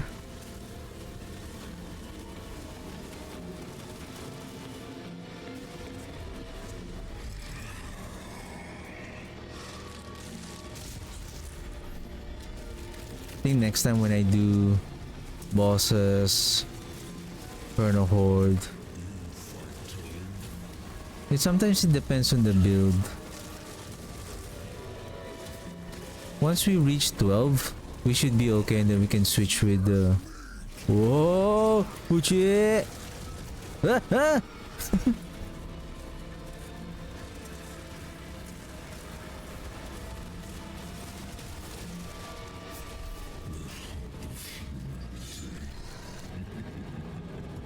How much resolve stack do I have?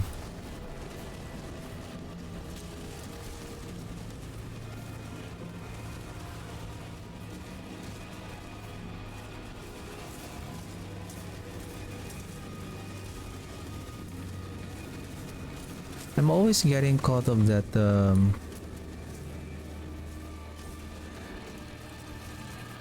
that fire damage of Inferno Butcher. It's okay.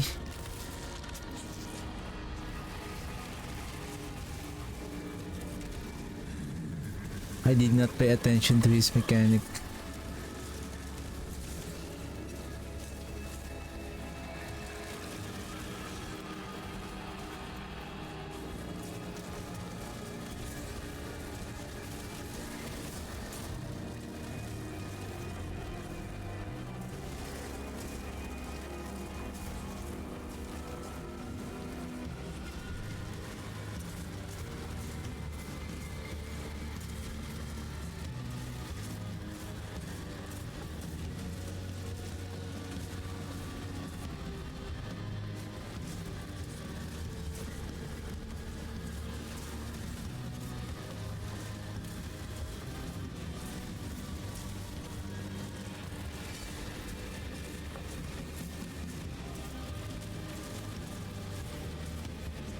Or maybe I should have used this one.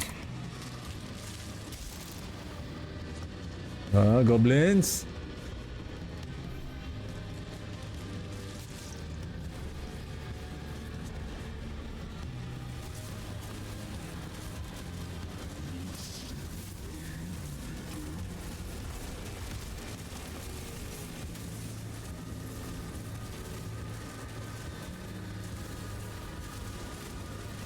Shoop, shoop, shoop, shoop.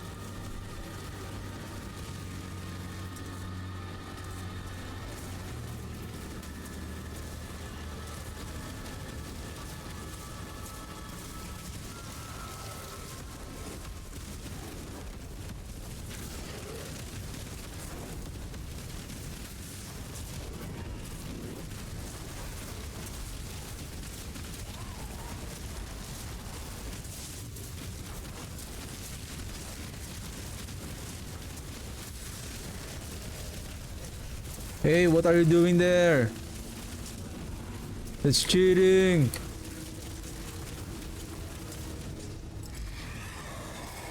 What the heck? He was hiding on. He was just standing on the edge of the arena. I don't want to move. Haha, you're not going to get my Bernie either. What the heck?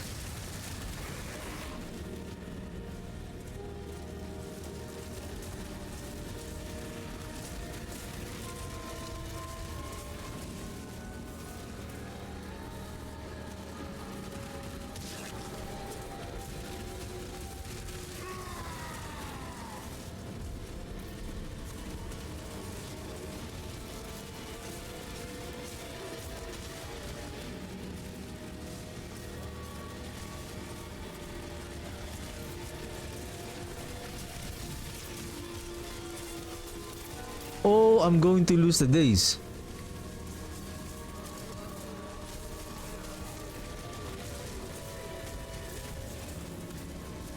I'm not gaining too much.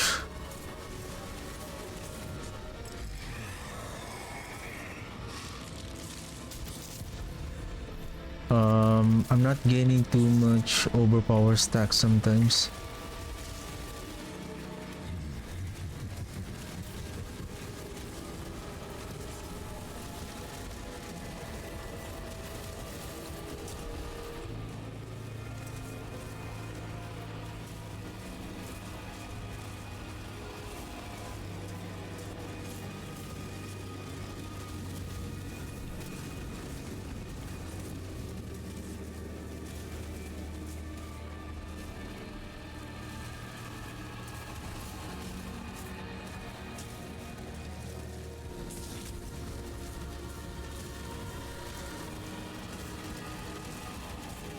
Yup, I lost all my snacks.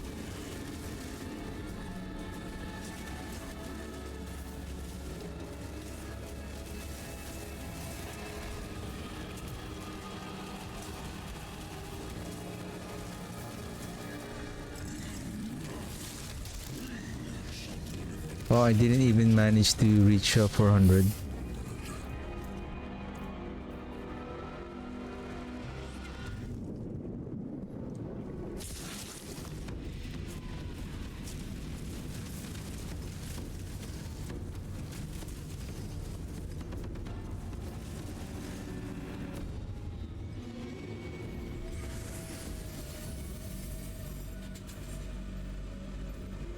I'm short by 30. Uh-oh. Well, I think we can beat version here. Because it's only T10.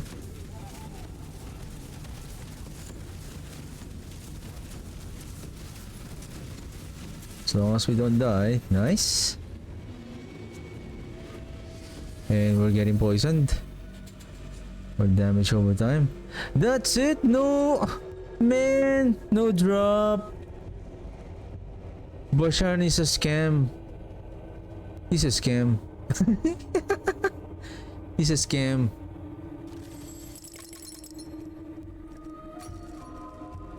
He's a scam.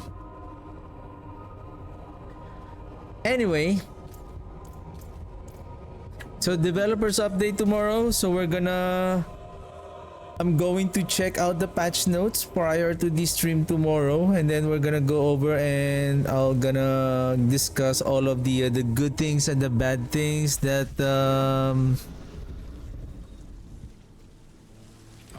that's going to happen for the next season. So whatever that we will have tomorrow, so that's the mechanic and the changes that we are going to expect on season 14.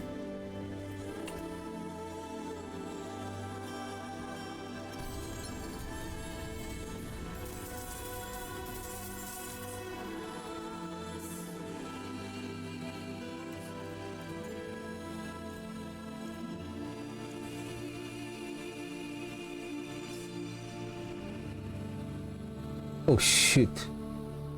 Right. It's so hard to swap.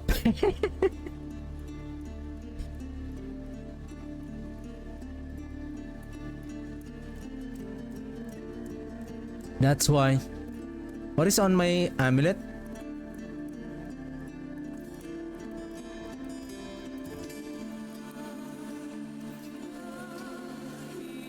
Ah, the blood boiling.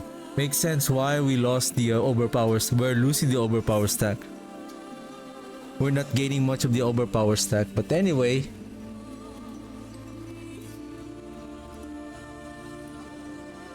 I guess another. Do I need another spare boots? Oh, I can use this one. No, that is bone spirit. But I think it's fine for the meantime. If I'm going to swap on these two gears right here. So, but anyway, so again, developers update tomorrow. So we're gonna discuss the updated patch notes that we are going to expect when the season 14 is launched, and then I don't know if I will be able to play tomorrow. If not, we're gonna start on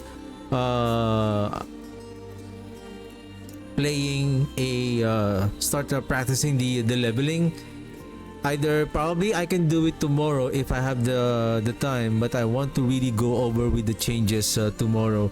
And most probably, oh, speaking of, I need to update the build planner as well. Probably I can do the leveling tomorrow. On Saturday. But I think more importantly tomorrow would be updating the build planner based on the changes that we are going to see on the updated patch notes tomorrow. I think that will be the best thing to do tomorrow. So I feel like I might be running out of time to polish everything, especially the build planner. All of the builds that I have already that I'm familiar to play, and I have 3 top builds that I'm planning to play on season 14: the Army of the Dead, Golem, and the Bone Spirit. I'm not yet sure on the mages. They are still okay. It's just they will not be able to kill Mephisto Torment 10 unless, I don't know yet, unless the lidless wall is going to work next season. I think that will significantly boost the damage of our singularity mages, but we'll see, including also the Grave Walker's hand unique gloves. So we will see that on the bugs. If they're mentioned about the bugs regarding the Grave Walker and then the lidless wall, then there is a good chance that some of our builds might perform better on season 14. So yeah, and that's it for me today. Thank you very much for watching and for tuning in, and I'll see you guys tomorrow. Have a good one. Bye.